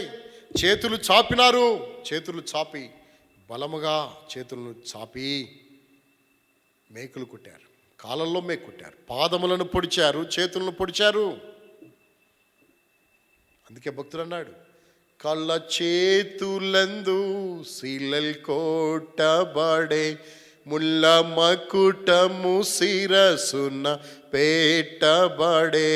కళ్ళ చేతులందు శీలల్ కోటబడే ముల్ల మకుటము శిరసున పెట్టబడే. నింద వేదన శ్రమలను సహించేనేసు చిందే తన దురక్తముని పాపముకై దీనుడై నిన్ను పిలచుచుండే. దీనుడై నిన్ను పిలచుచుండే, పేదనరు నిరూపము ధరించి యేసురాజుని చెంత నిలచే, అంగీకారించు మాయనను, అంగీకారించు మాయనను. కాబట్టి దీనుడుగా నిన్ను పిలుస్తున్నాడు. నీ కొరకు ఈ లోకాన్ని కరుదించినాడు, మహిమను వదిలినాడు, నీ కొరకు సింహాసనం వదిలినాడు, నీ కొరకాయ దేవదూతల ఆరాధన వదిలిపెట్టాడు, సమస్త వైభవం వదిలిపెట్టాడు, నీ కొరకు ఈ లోకానికి వచ్చాడు, దీనుడయ్యాడు, రిక్తుడైనాడు, నీ కొరకు శిలువ మరణం పొందడానికి సముఖత వ్యక్తపరిచినాడు, నీ కొరకాయ కల్వరి సిలువకి ఎక్కినాడు, నీ కొరకు కాళ్ళు చేతులు అప్పగించినాడు, కాళ్ళు చేతులు పొడిచినారు, నీ కొరకే పొడిచినారు వాళ్ళు, నీ కొరకు పొడవబడ్డాడు. ఎందుకో తెలుసా? ఈ 5 అంతల ఆధిక్యత నీకు ఇవ్వడానికి నా చేతులను నా పాదములను వాళ్ళు ఏం చేసిరి? పొడిచిరి. దావీదు కాలంలో పొడవబడలేదు, కానీ నీ కొరకు, నీ రక్షణ కొరకు, నీ విడుదల కొరకు, నీవు సిగ్గునందకుండా ఉండేదాని కొరకాయ, నీ సిగ్గు, నీ అవమానం ఆ ప్రభువు శిలువ మీద భరించినాడు. నీ కొరకు పొడవబడ్డాడు. మేకుల చేత పొడవబడ్డాడు. భయంకరంగా ఆయన పాదాలను పొడిచిరి. అందుకే ఈనాడు మనం ప్రభువును ఆరాధించవలసిన వారమేంటి? నీ కొరకు వస్త్రాల కొరకు వాళ్ళు చీట్లు వేసుకున్నారండి. దేవుని వాక్యం మనం చదువుతాం, అదే అధ్యాయంలో మనం చదువుతాం.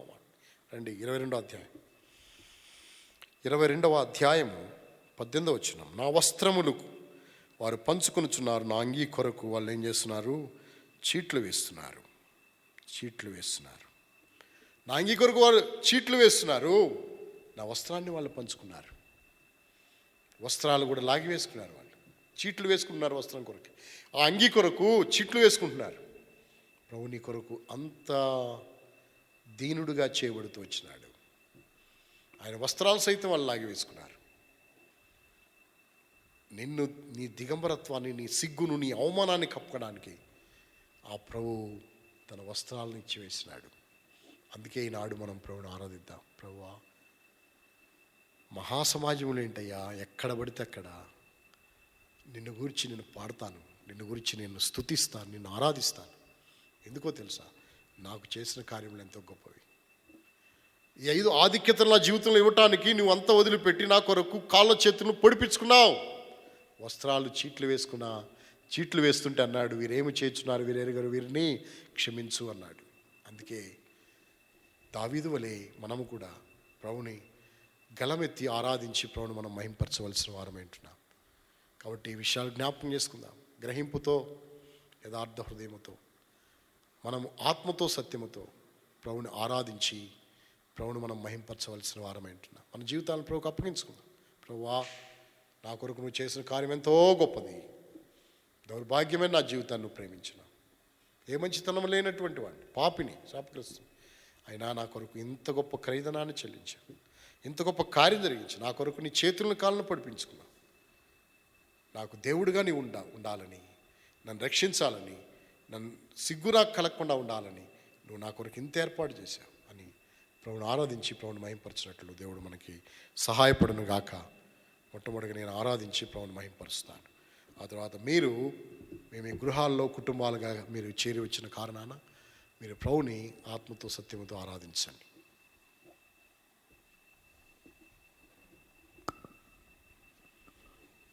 ప్రేమ కలిగిన మా తండ్రి, నమ్మకమైన మా దేవా, యేసుక్రీస్తు మా రక్షకుని నామమున ఈ ఉదయకాలము మిమ్మల్ని ఆత్మ సత్యముతో ఆరాధించడానికి నా బ్రతుకులు అనుగ్రహించిన ధన్యకర సమయం కొరకై మీకే స్తోత్రాలు, వందనాలు చెల్లిస్తున్నాను.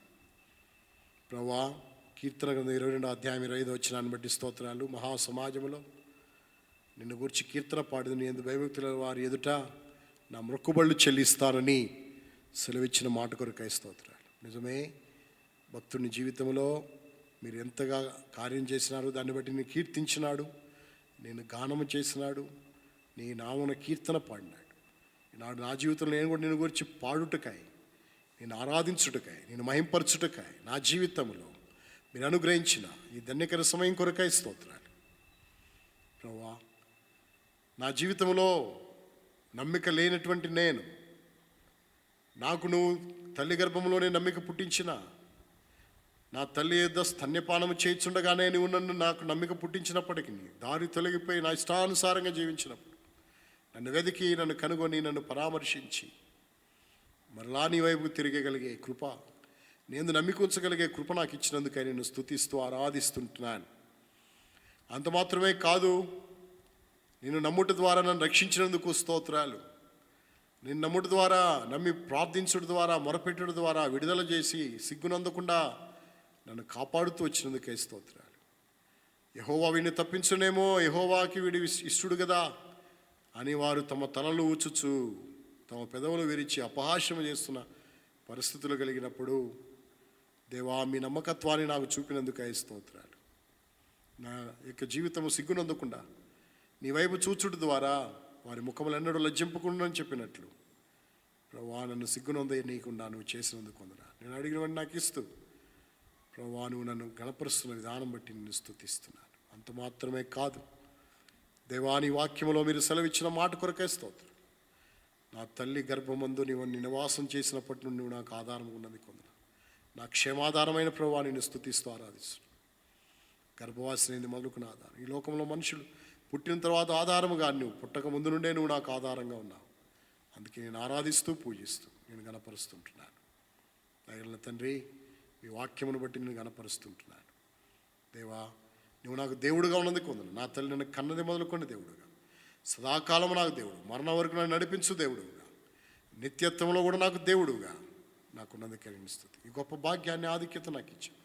నీవెక్కడుంటావు, నేను ఎక్కడుంటానని నిరీక్షణ నాకు ఇచ్చావు. నీ తండ్రి ఇంట, నా తండ్రి ఇంట అనేక నివాసాలు ఉన్నాయి. లేని నేను మీతో చెప్తాను. నేను వెళ్ళి స్థలం సిద్ధపరిచి, నేను స్థలం మీరు ఉన్నట్లు నేను వచ్చి మిమ్మల్ని తీసుకువెళ్తాను. నాకు దేవుడు గనక నీతో ఉండాలని ఏర్పాటు నాకు ఇచ్చినందుకు నేను స్తుతిస్తూ ఆరాధిస్తుంటున్నాను.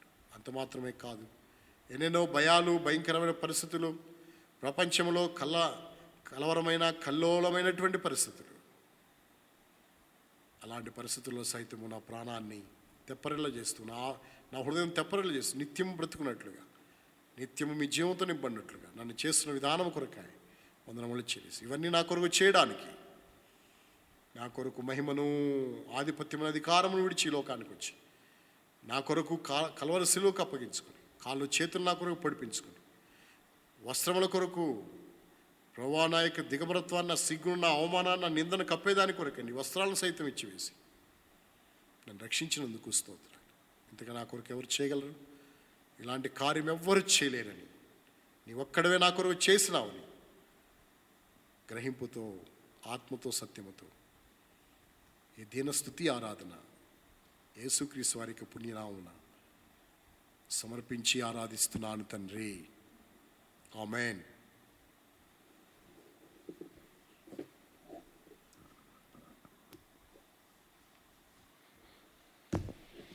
మనందరం కలిసి సంయుక్తంగా ఈ పాట ద్వారా మనం ప్రభువుని ఆరాధిస్తాం.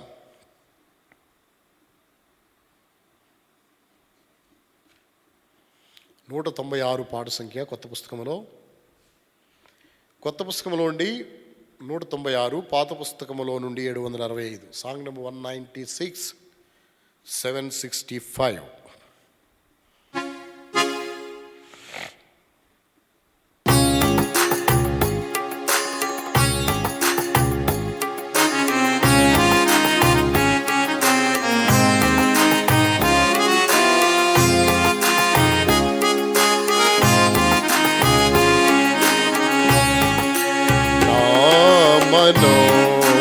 నేత్రము తెరచి నా కఠిన హృదయమును మార్చి, నామలో నేత్రము తెరచి నా కఠిన హృదయమును మార్చి, అంధకారములో నేనున్నా,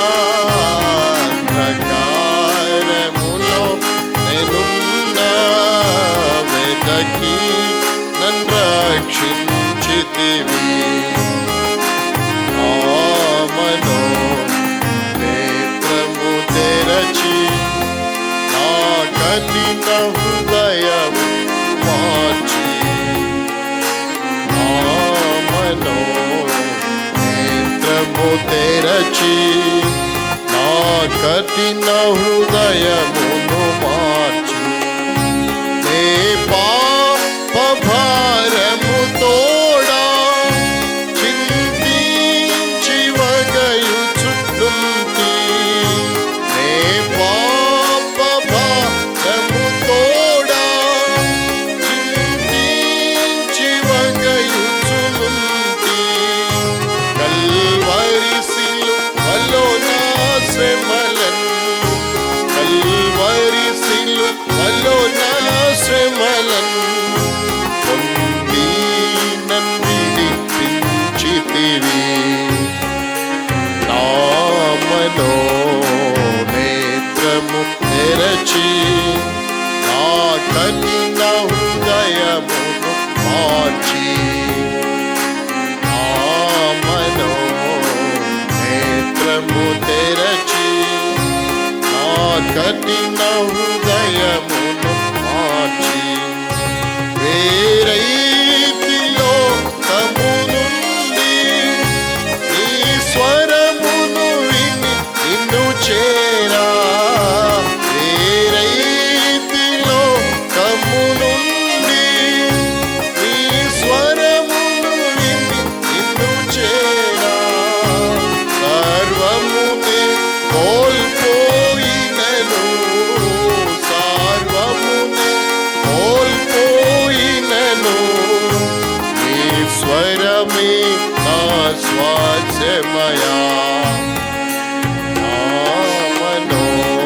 మనోనేత్రము తెరచి నా కఠిన హృదయమును మార్చి నా మనోనేత్రము తెరచి నా కఠిన హృదయమును మార్చి ఎన్నాళ్ళు బ్రతికిన నేమి నీకై జీవించెద ప్రభువా ఎన్నాళ్ళు బ్రతికిన నేమి నీకై జీవించెద ప్రభువా ఆధలు శోధనలు శ్రమలలో ఆధలు శోధనలు శ్రమలలో ఓదార్చి ఆదుకొంటివయా నా మనోనేత్రము తెరచి నా కఠిన హృదయమును మార్చి నా మనోనేత్రము తెరచి నా కఠిన హృదయమును మార్చి ఏమి నీకర్పించగలను ఏమీ లేని వాడనయ్యా ఏమి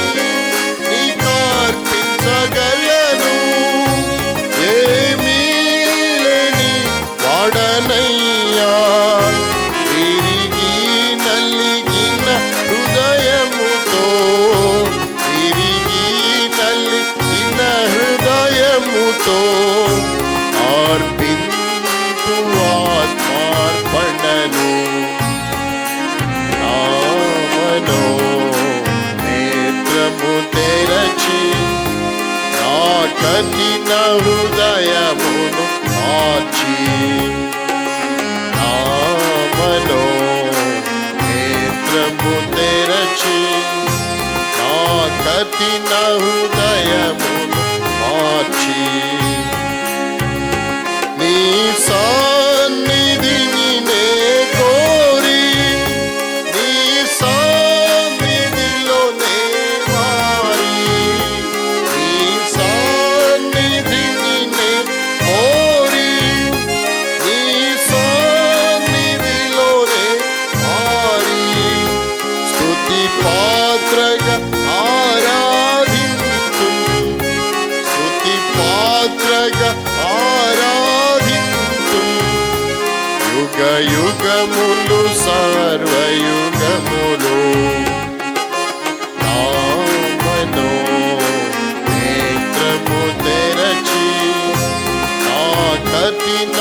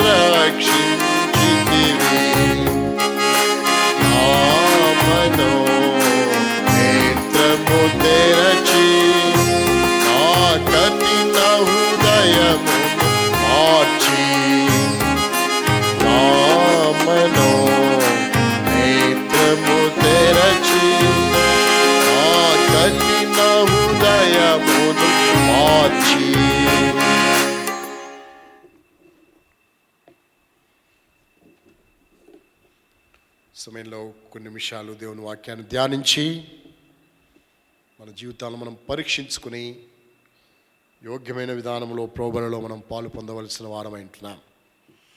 అందుకొరకై దేవుని వాక్యంలో ఉండి ఒక మాటను మనం చదువుకుంటాం. ఐజయా చాప్టర్ 26, యెషయా గ్రంథము 26వ అధ్యాయం 3వ వచనాన్ని చదువుతాం. Isaiah chapter 26 verse 3.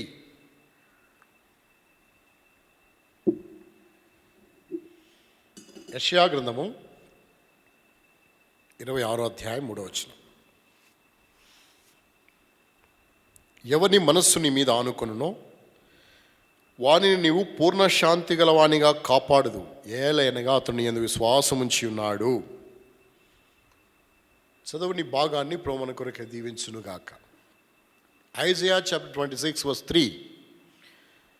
యెషయా గ్రంథం 26వ అధ్యాయం 3వ వచనంలో ఉన్న మాటను మనం చదువుతూ వచ్చినాం.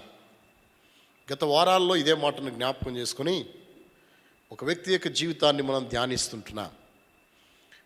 ఎవని మనస్సు నీ మీద ఆనుకొనునో వాడిని నీవు పూర్ణ శాంతి గలవానిగా కాపాడుదు, ఏలైనగా అతను నీ యందు ఏముంచినాడు?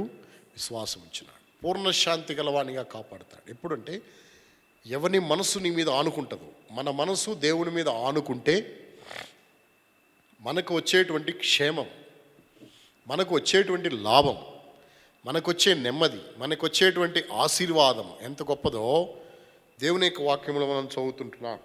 అందుకే ఈ విషయాన్ని బట్టే దేవుని మీద ఆనుకుని, తన మనసును దేవుని మీద ఆనుకునేట్లు చేసుకుని నెమ్మది పొందిన, మనశ్శాంతి పొందిన, పూర్ణ శాంతి గలవాడిగా చేయబడిన ఒక వ్యక్తి జీవితాన్ని జ్ఞాపకం చేసుకుంటున్నాను. ఎవరా వ్యక్తి అనగా మొర్దెకై అనే వ్యక్తిని గురించి జ్ఞాపకం చేసుకున్నా.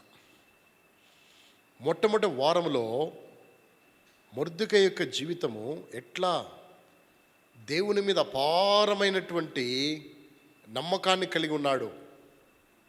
నీవు ఈ సమయమందు మౌనంగా ఉన్న ఇశ్రాయేలుకు, యూదులకు రక్షణ, విడుదల మరొక దిక్కు నుండి వచ్చును అని తన యొక్క విశ్వాసాన్ని, తన యొక్క శ్రేష్టమైనటువంటి నమ్మకత్వాన్ని, తన యొక్క జీవితంలో దేవుని మీద ఉన్న అచంచలమైన విశ్వాసాన్ని తాను ప్రకటించగలిగినాడు ఆ విషయాన్ని బట్టి. అందుకే 2వ వారంలో మనం చదువుతున్నాం, అక్కడున్న పేర్లు మనం చదివినాం. అందులో హామాన్ అంటే అర్థం ఏంటి, మొర్దెకై అంటే అర్థం ఏంటి? హామాన్ అనగా ప్రసిద్ధుడైన వాడు అని, ప్రసిద్ధి చెందినవాడని. మొర్దెకై అనగా కొద్దిపాటి మనుషుడు అని. ఈ కొద్దిపాటి మనుషుడు, దీనుడైన ఈ మనుషుడు ప్రసిద్ధి చెందినవాడు ఎట్లయినాడు?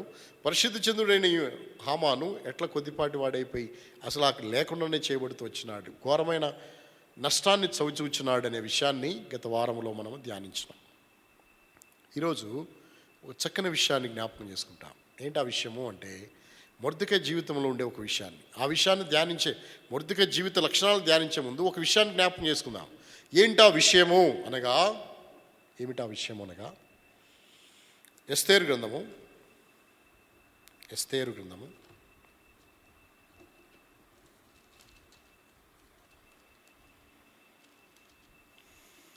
3వ అధ్యాయం. ఎస్తేరు గ్రంథం 3వ అధ్యాయం. ఈ సంగతులైన తరువాత రాజైన అహష్వేరోషు హమ్మేదాతా కుమారుడును అగాగీయునగు హామానును గణపరిచి వాని హెచ్చించి వాని పీఠమును తన దగ్గర ఉన్న అధిపతులందరికంటే ఎత్తుగా ఉంచెను. వాని పీఠమును తన దగ్గర ఉన్న అధిపతులందరికంటే ఎత్తుగా ఉంచెను. ఎవరితను? హామాను, యూదులకు శత్రువు.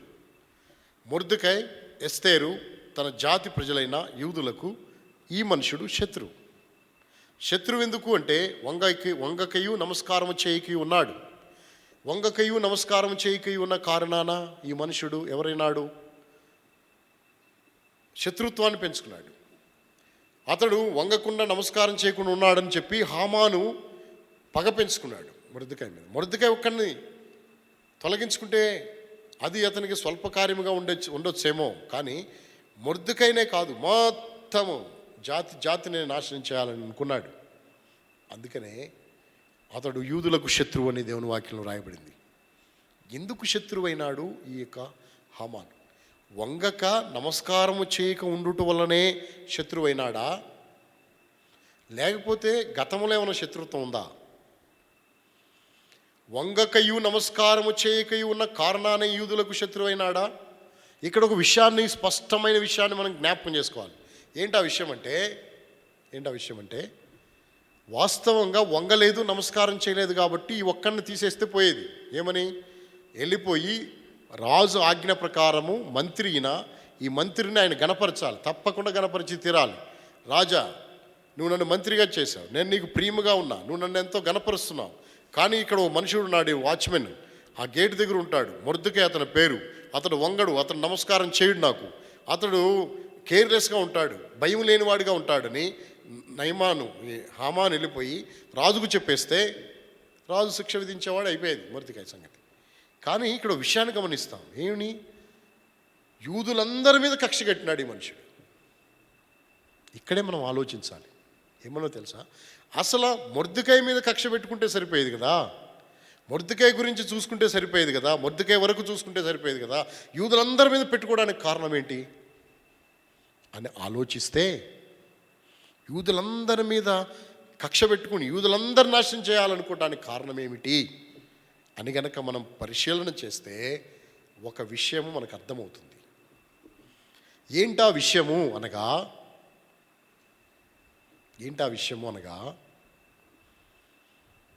ఇతని పేరు రాయబడింది. ఏమని? 3వ అధ్యాయంలో పేరు. ఏం పేరు? హమ్మెదాత కుమారుడును అగాగీయుడునగు హామాను. అగాగీయుడు, ఆగాకరకాయలాగా ఆగాకరకాయలు ఉంటాయి కదా, అట్లాగే అగాగీయుడు ఇతని పేరు. ఈ అగాగీయుడు అనేటువంటి ఎవరు? హామాను. అగాగీయుడు అంటే ఎవరు? హామాన్ అంటే ఓ మనిషి. అగాగీయుడు ఏంటి? అగాగీయుడు అనే పేరు ఎట్లా వచ్చింది వీళ్ళకు? ఎవరి అగాగీయులు ఎవరు అనేది దేవుని వాక్య వెలుగులో మనం పరిశీలన చేస్తే, ఒక దేశాన్ని పరిపాలించే ఒక రాజుకి అగగు అనే పేరు. ఒక దేశాన్ని పరిపాలించే ఒక రాజు పేరు ఏం పేరు? అగగు. అగగు అని పేరు. అగగు అనేటువంటి పేరు ఒక బిరుదు. ఏంటా బిరుదు అంటే, రాజులలోకెల్లా గొప్ప పరిపాలన చేసే రాజుని అగగు పేరు. మంచి పరిపాలన చేసే రాజుని అగగు అనే వాడికి పేరు. ఆ పేరు నేను మీకు చూపిస్తాను, రండి. సంఖ్యాకాండము 24వ అధ్యాయం 7వ వచనం. 24వ అధ్యాయము 7వ వచనం. 24వ అధ్యాయం 7వ వచనం. నీళ్లు అతని బొక్కెనల నుండి, బొక్కెనలు అంటే ఏం బొక్కెన అనుకోబాకండి, బకెట్లు. బొక్కెన అంటే బకెట్. నీళ్లు అతని బకెట్ల నుండి, బొక్కెనల నుండి కారును. అతని సంతతి బహు జలముల యొద్ద నివసించును. అతని రాజు అగగు కంటే గొప్పవాడగును. అతని రాజ్యము అధికమైనదగును. అతని రాజు ఎవరికంటే గొప్పవాడు? అగగు కంటే గొప్పవాడు. అంటే ఉదాహరణకి ఐగుప్తు దేశానికి ఒక రాజు ఉన్నాడు అనుకోండి. ఆ రాజుకి ఒక బిరుదు ఉంటుంది. ఏంటి ఆ బిరుదు? ఫరో.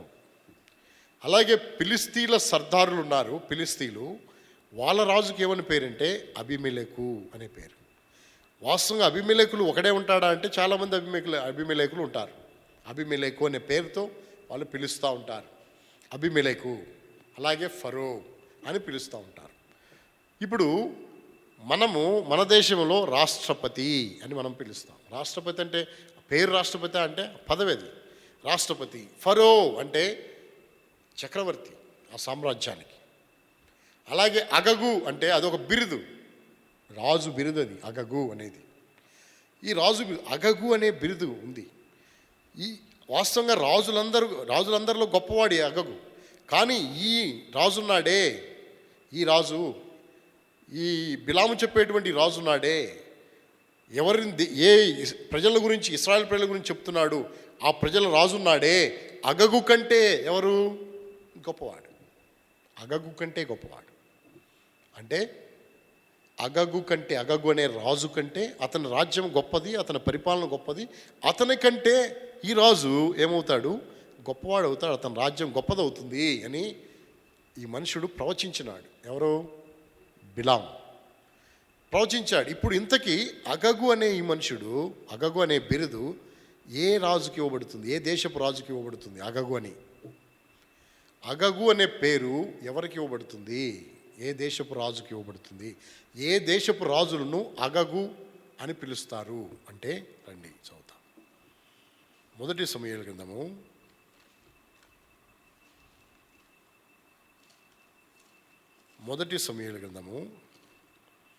15వ అధ్యాయము 15వ అధ్యాయము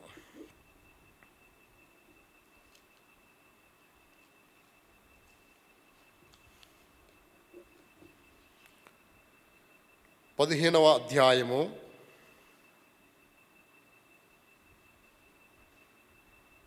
ఈ మాటను చదవండి. 15వ అధ్యాయము 32వ వచనం. సమూయేలు అమాలేకీయుల రాజైన అగగును నా దగ్గరకు తీసుకుని రండి చెప్పాను. అగగు సంతోషంగా అతని దగ్గరకు వచ్చి, మరణశ్రమ నాకు గడిచిపోయినే అని చెప్పగా, అగగు ఎవరి రాజు? ఎవరి రాజు? అమాలేకీల రాజు. అమాలేకీల రాజు అయినటువంటి అగగును అతడు ఏం చేయలేదు? చంపలేదు. అంటే అగగు అనే పేరు ఎవరికి ఇవ్వబడింది? అమాలేకు రాజుకి ఇవ్వబడింది. అమాలేకి రాజుని అంటే సంఖ్యాకాండములో ఒక మాట మనం చదివాం, అగగు అనే రాజు ఉన్నాడు అని. అదేవిధంగా ఇక్కడ కూడా మనం చదువుతున్నాం, అగగు అనే రాజు. సంఖ్యాకాండములో ఇశ్రాయేలు ప్రజలు ఐగుప్తు దేశము నుండి బయలుదేరి వస్తూ ఉండగా అప్పుడు మోయాబు రాజైన బాలాకు బిలామును పిలిపించుకున్నాడు. అప్పటికే అమాలేకీల రాజు ఉన్నాడు, అగగు అనేవాడు. ఆ తర్వాత మొదటి సమూయేలు గ్రంథములో సౌలుతో ప్రభు అంటాడు, నువ్వు వెళ్ళి అమాలేకీలను బొత్తిగా నిర్మూలన చేయి అన్నందుకు సౌలు వెళ్ళి కొన్ని చంపి కొన్ని చంపకుండా బలిసిన వాటిని తెచ్చి రాజును చంపకుండా తీసుకొచ్చాడు. ఆ రాజు పేరేంటి? అగగు. అంటే సంఖ్యాకాండంలో ఉన్న ఆయన పేరేంటి? అగగు. మరి ఇక్కడ మొదటి సమూయేలు గ్రంథంలో ఉన్న ఆయన పేరేంటి? అగగు. అంటే ఆ సంఖ్యాకాండంలో ఉన్న అగగే ఈ మొదటి సమూయేలు గ్రంథం దాకా పరిపాలించినాడా? కాదు. ఆ సంఖ్యాకాండంలో ఉండేటువంటి రాజు వేరు, ఇక్కడ మనం చెప్పుకున్న ఈ అమాలేకీల రాజు వేరు. అంటే అమాలేకీల రాజుకి ఉన్న బిరుదేం అర్థమవుతుంది మనకి? అగగు అని అర్థమవుతుంది. ఈ అగగు సంతానములో నుండి వచ్చిన వారే ఎవరు? అగాగీలు. ఆగాకరకాయల్లాగా అగాగీలు, అగాగీయుడు. అందుకే ఈ అగాగీయుడైన ఎవరు? హామాను. అగాగీయుడైనటువంటి హామాను అనే పేరును మనం ఇక్కడ చూడగలిగాం. అయితే ఇంతకీ ఈ అమాలేకి ఎవరు? అమాలేకీలు ఎవరు అనే విషయానికి వస్తే రండి. ఆది కాండము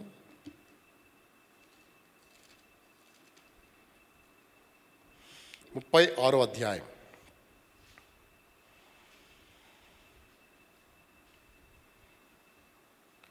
12వ వచనాన్ని చదువుతాం.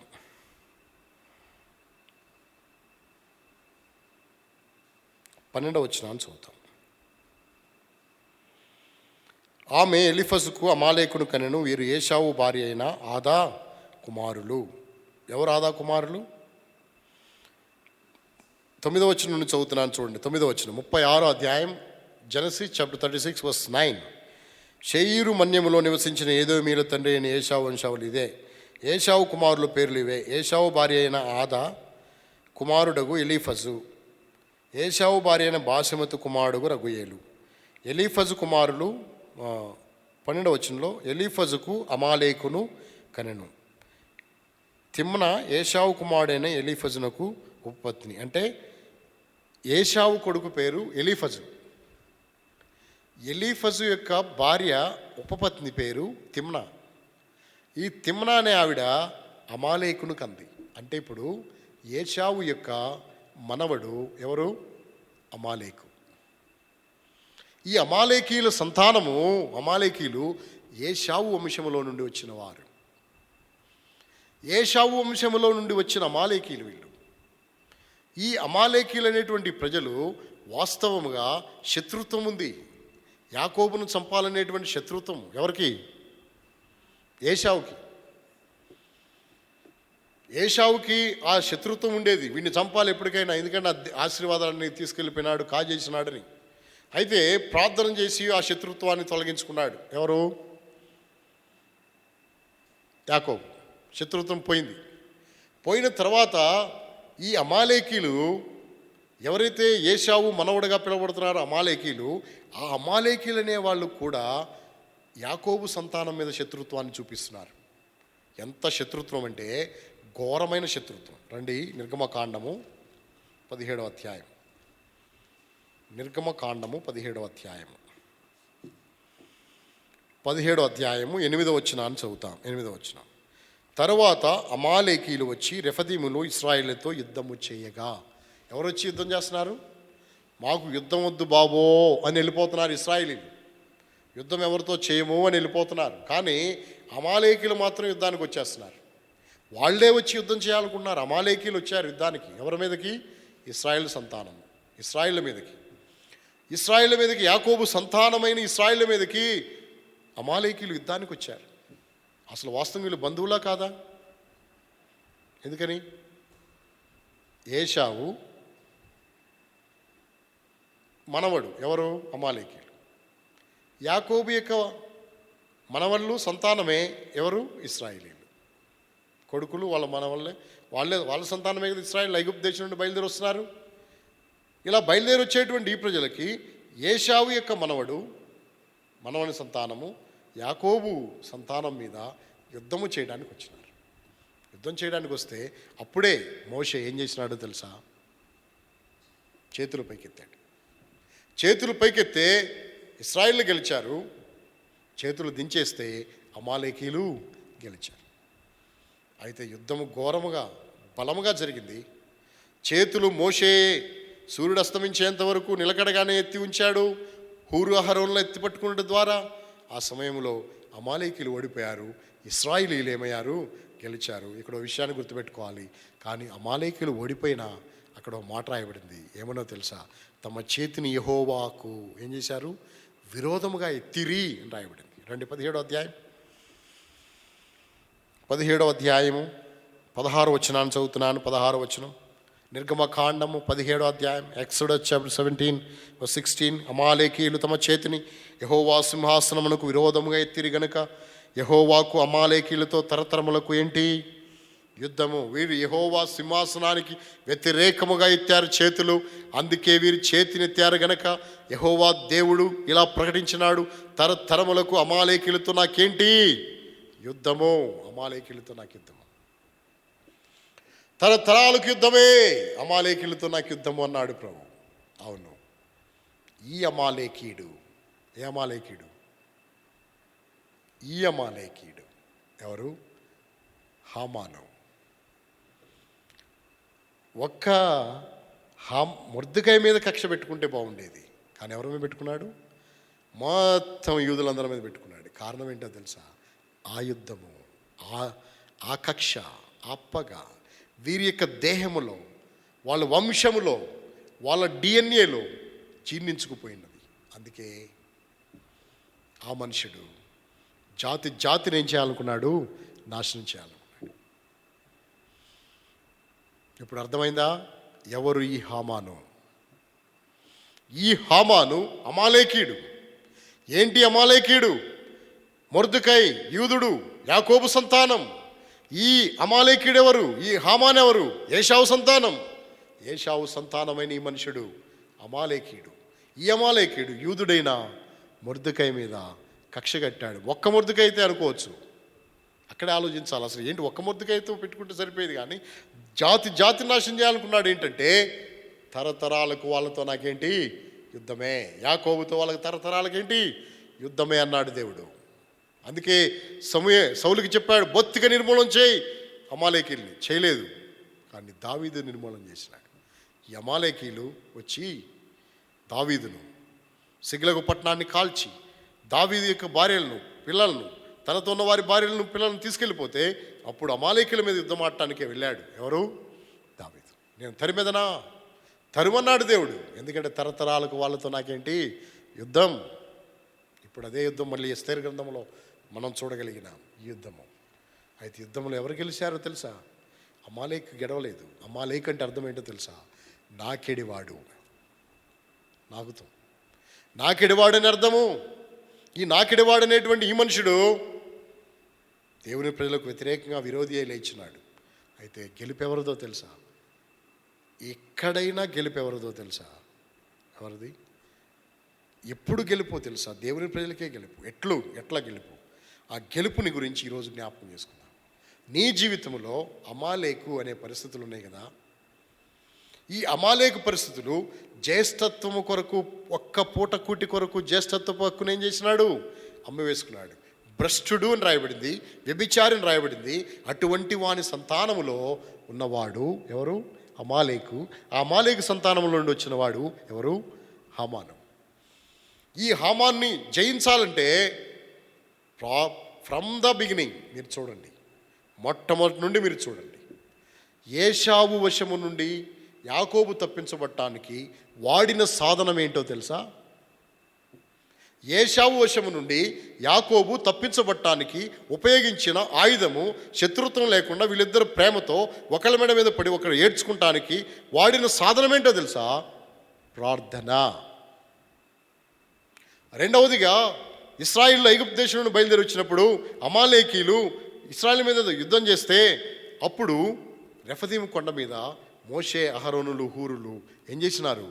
చేతులు పైకెత్తారు. చేతులు పైకెత్తుట ఏంటో తెలుసా?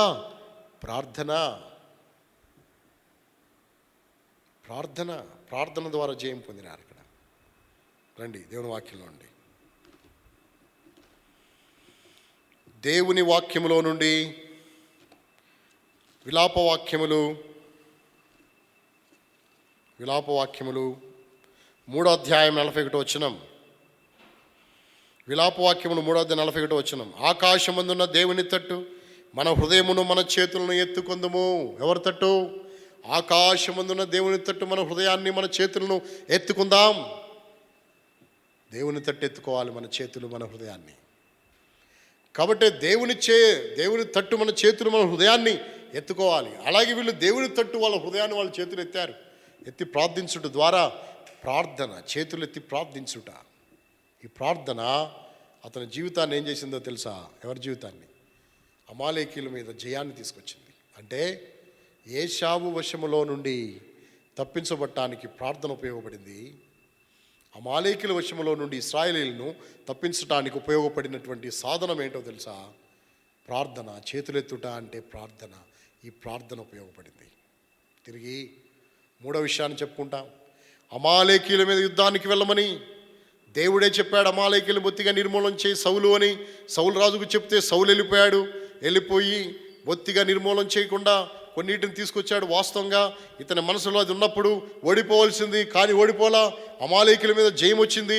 అవన్నీ బంధించి తీసుకొచ్చారు. అగగను కూడా పట్టుకొని వచ్చారు. జయం ఇవ్వబట్టడానికి కారణం ఏంటో తెలుసా? సౌలు ప్రార్థన కాదు.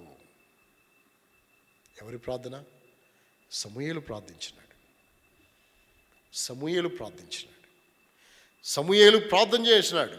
సమూయేలు చెప్పాడు, ఇదిగో నువ్వు వెళ్ళి బొత్తిగా నిర్మూలన చేసిరా. సమూయేలు ప్రార్థన చేస్తున్నాడు. ప్రభువా సౌలు వెళ్ళాడు ప్రభువా, మీ ప్రజలు వెళ్ళారు ప్రభువా యుద్ధానికి, అమాలేకీల మీద యుద్ధం ఆడుతున్నారు ప్రభువా, నువ్వు విజయం ఇవ్వు ప్రభువా అని సమూయేలు ప్రార్థన చేస్తున్నాడు. ప్రార్థన చేసేవాడితోనే దేవుడు అన్నాడు. ఏమన్నాడు తెలుసా? సమూయేలు, సౌలు నేను చెప్పినట్టు చేయలేదు, బలిసిన వాటిని తీసుకొచ్చాడు బలి ఇవ్వాలని చెప్పి అని సమూయేలుతో ప్రభు మాట్లాడుతూ వచ్చినాడు. ప్రార్థన ద్వారా అక్కడ కూడా అమాలేకీల మీద విజయం ఇవ్వబడింది. ఆ తరువాత ప్రార్థన ద్వారా మాత్రమే కాదు, ఆ తదుపరి ఎక్కడ దావీదు 30వ అధ్యాయం, 1 సమూయేలు గ్రంథం 30వ అధ్యాయంలో అమాలేకీల మీదకి యుద్ధానికి వెళ్ళమని చెప్పాడు. తరిమేదనా మానేదనా, తరుము అని ప్రభు చెప్పాడు. ఇక్కడ కూడా ప్రార్థన చేసి దేవుని చిత్తాన్ని కనిపెట్టి దేవుని మీద ఆధారపడి దేవుడు తరుము అంటే తరిమినాడు కనుక అమాలేకీల మీద విజయం వచ్చింది. అంటే మొట్టమొదటి నుండి ఇప్పటి వరకు మనం చూసిన విషయాలన్నిటికీ వాళ్ళు ఉపయోగించిన సాధనం ఏంటో తెలుసా? ప్రార్థన అనే సాధనాన్ని వాళ్ళు వాడుతూ వచ్చినారు. తిరిగి ఇప్పుడు ఈ అమాలేకీయుడు, ఈ అగాగీయుడు, ఈ హామాను ఎవరి మీదకి వచ్చాడు? యూదుల మీదకి వచ్చాడు, మొర్దెకాయి మీదకి వచ్చాడు. ఎప్పుడూ విజయం ఎవరిదో తెలుసా? యూదులదే. ఎందుకో తెలుసా? నా నిమిత్తము మీరు అన్నపానములు మానివేసి ఏం చేయండి? ఉపవాసం ఉండండి. శోషణ కోటలో ఉన్న వాళ్ళందరూ ఉపవాసం ఉన్నారు, గోనెపట్ట కట్టుకున్నారు, బూడిదలో కూర్చున్నారు, దేవునికి ప్రార్థన చేశారు. దేవుడు గొప్ప విజయం ఇచ్చినాడు. అమాలేకి ఓడిపోయినాడు, యూదుడు గెలిచాడు. మొర్దెకాయి విజయం పొందుతూ వచ్చినాడు. అంటే ఈ లోకములో శత్రువుని జయించాలంటే, నాకే వాడైనటువంటి శత్రువుని జయించాలంటే, నరనరాల్లో శత్రువు యొక్క నరనరాల్లో ఇమిడిపోయింది ఏంటో తెలుసా? ద్వేషము, శత్రుత్వము నిండిపోయింది. ఆ శత్రుత్వంతో నిండిపోయిన అపవాదిని ఓడించాలంటే, అడుగడుగునా నిన్ను ముంచాలని, అడుగడుగు నిన్ను నాశనం చేయాలి, అడుగడుగు నీ జీవితాన్ని కృంగ చేయాలని, అడుగడుగునా నిన్ను భ్రష్టు పట్టించాలని ప్రయత్నించేటువంటి వాడే ఎవరు? అపవాది. వాడిని జయించాలంటే, వాడి మీద విజయం నువ్వు పొందాలంటే, నీవు కూడా ఉపయోగించవలసిన, కలిగి ఉండవలసిన సాధనం, ఆయుధం ఏంటో తెలుసా? ప్రార్థనే. అందుకే ఈ ప్రార్థన అనేది మన జీవితాల్లో మనం కలిగి ఉండవలసిన వారం అంటున్నాం. మొర్దెకాయి ప్రార్థించినాడు, ఎస్తేరు ప్రార్థించింది, శోషణ కోటలో ఉన్నవారు ప్రార్థించినారు, ఎస్తేరు యొక్క చెలికత్తెలు ప్రార్థించినారు. వీళ్ళందరూ ప్రార్థించి ఉపవాసం ఉండి ప్రవేశించుడు న్యాయ వ్యతిరేక్తమైన వెళ్ళారు. గొప్ప కార్యం దేవుడు చేసినాడు, అద్భుతాలు దేవుడు చేశాడు. అగాగీయుడైన ఈ హామాను ఏ శత్రువు అయితే మొర్దెకాయిని సంహరించాలనుకున్నాడో ఆ శత్రువు చేతే ఈ సంహరించబడవలసినటువంటి వ్యక్తిని దేవుడు ఊరేగింపజేసినాడు. నీ దేవుడు గొప్ప కార్యాలు చేయగలిగిన వాడు. ఎప్పుడు చేస్తాడో తెలుసా? నేను ప్రభు మీద ఆధారపడినప్పుడు, ప్రార్థించినప్పుడు. అందుకే బైబిల్లో రాయబడింది ఏమని? ఎవని మనస్సు నీ మీద ఆనుకొనునో వాడిని నువ్వేం చేస్తావు? పూర్ణశాంతి. ప్రార్థనలో మనం ఎప్పుడైతే పూర్తిగా ప్రభు మీద ఆనుకుంటామో శత్రువు ఓడిపోతాడు, పూర్ణశాంతి నీకు ఇవ్వబడుతుంది, నెమ్మది ఇవ్వబడుతుంది, నీ జీవితంలో గొప్ప ఆధిక్యతను అనుభవిస్తావు. అలాంటి జీవితం మనకుందా లేదా? మనం పరీక్షించుకొని మన జీవితాలని ప్రభు వాక్యపు వెలుగులో సరిచూసుకొని ప్రభుకి ఇష్టముగా జీవించేదాని కొరకాయ మన జీవితాలను ప్రభుకి అప్పగించి, ప్రభువా నన్ను జ్ఞాపకం చేసుకో, నా జీవితంలో ప్రార్థన కొరత కలిగి ఉన్నాను, శత్రువు బహుభయంకరంగా విజృంభిస్తున్నాడు, విజృంభించేటువంటి ఈ శత్రువుని జయించడానికి ప్రార్థన అవసరం అని చెప్పాం. ప్రార్థన లేదయ్యా, నాకు ప్రార్థన దయచి, ప్రార్థన భారము దయచి, ప్రార్థన ఆత్మతో నేను నింపడి నీ సన్నిధిలో ప్రార్థనతో నా జీవితాన్ని కొనసాగించుకోవడానికి, శత్రువు మీద విజయం పొందడానికి, పరిస్థితుల మీద విజయం పొందడానికి, ప్రతికూల పరిస్థితుల మీద జయాన్ని పొందడానికి ప్రార్థన అనేది నా జీవితంలో అవసరం అని చెప్పాం. అట్టి ఆత్మ నాకు దయచేయి, అట్టి జీవితాన్ని నాకు దయచేయాలి. ప్రభు సన్నిధిలో కోరుకుందాం, ప్రభు సహాయపడతాడు. అలా ప్రభు మనకు సిద్ధపరచును గాక. మోకరించండి, ప్రార్థన చేస్తాం. ఈ ఉదయకాల సమయంలో దేవుని వాక్యాన్ని వినడానికి ప్రభు కృప దయచేస్తున్నాడు. మన జీవితాలని దేవుని వాక్య వెలుగులో పరీక్షించుకొని ప్రభు మహిమార్థంగా ఈ లోకంలో జీవించినట్లు అట్టి కృపను ప్రభు మనకు అనుగ్రహించినట్లు ప్రభు మనకు సహాయపడును గాక.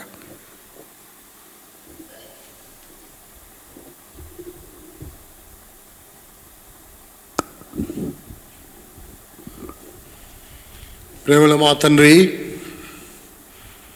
మా నమ్మకమైన మా దేవ, యేసుక్రీస్తు ప్రభువారి శ్రేష్టమైన పరిశుద్ధ నామమున ఈ ఉదయకాలం మీ మందిర ఆవరణలో చేరి మిమ్మల్ని స్తుతించి ఆరాధించి మహింపరచుటకు మా బ్రతుకులు అనుగ్రహించిన దివ్యమైన తరుణాన్ని బట్టి స్తోత్రాలు. ఉదయకాలం ప్రారంభించింది మొదలు ఇంతవరకు మీ కృప ద్వారా నడిపించి మీ నమ్మకత్వాన్ని మాకు చూపినందుకై స్తోత్రాలు. మీరు చేసిన మేలు కొరకై స్తోత్రాలు. మీరు తోడై ఉన్న విధానాన్ని బట్టి మిమ్మల్ని స్తుతిస్తూ ఆరాధిస్తున్నాం. మీ గొప్ప నామమును బట్టి కీర్తించి మహింపరుస్తున్నాం. చాలిన దేవుడుగా మా జీవితాల్లో మీరుంటూ వచ్చినందుకే స్తోత్రాలు. మిమ్మల్ని ఆత్మసత్యం ఆరాధించడంలో సహాయపడ్డారు. మీ వాక్యమును ధ్యానించడానికి కృపణించారు. అగాగీయుడైనటువంటి హామాను యూదులకు ఎట్లా శత్రువుగా చేయబడుతూ వచ్చినాడు. మీ వాక్యం వెలుగులో మేము కొన్ని విషయాలు చూడటానికి సహాయపడుతూ వచ్చాడు.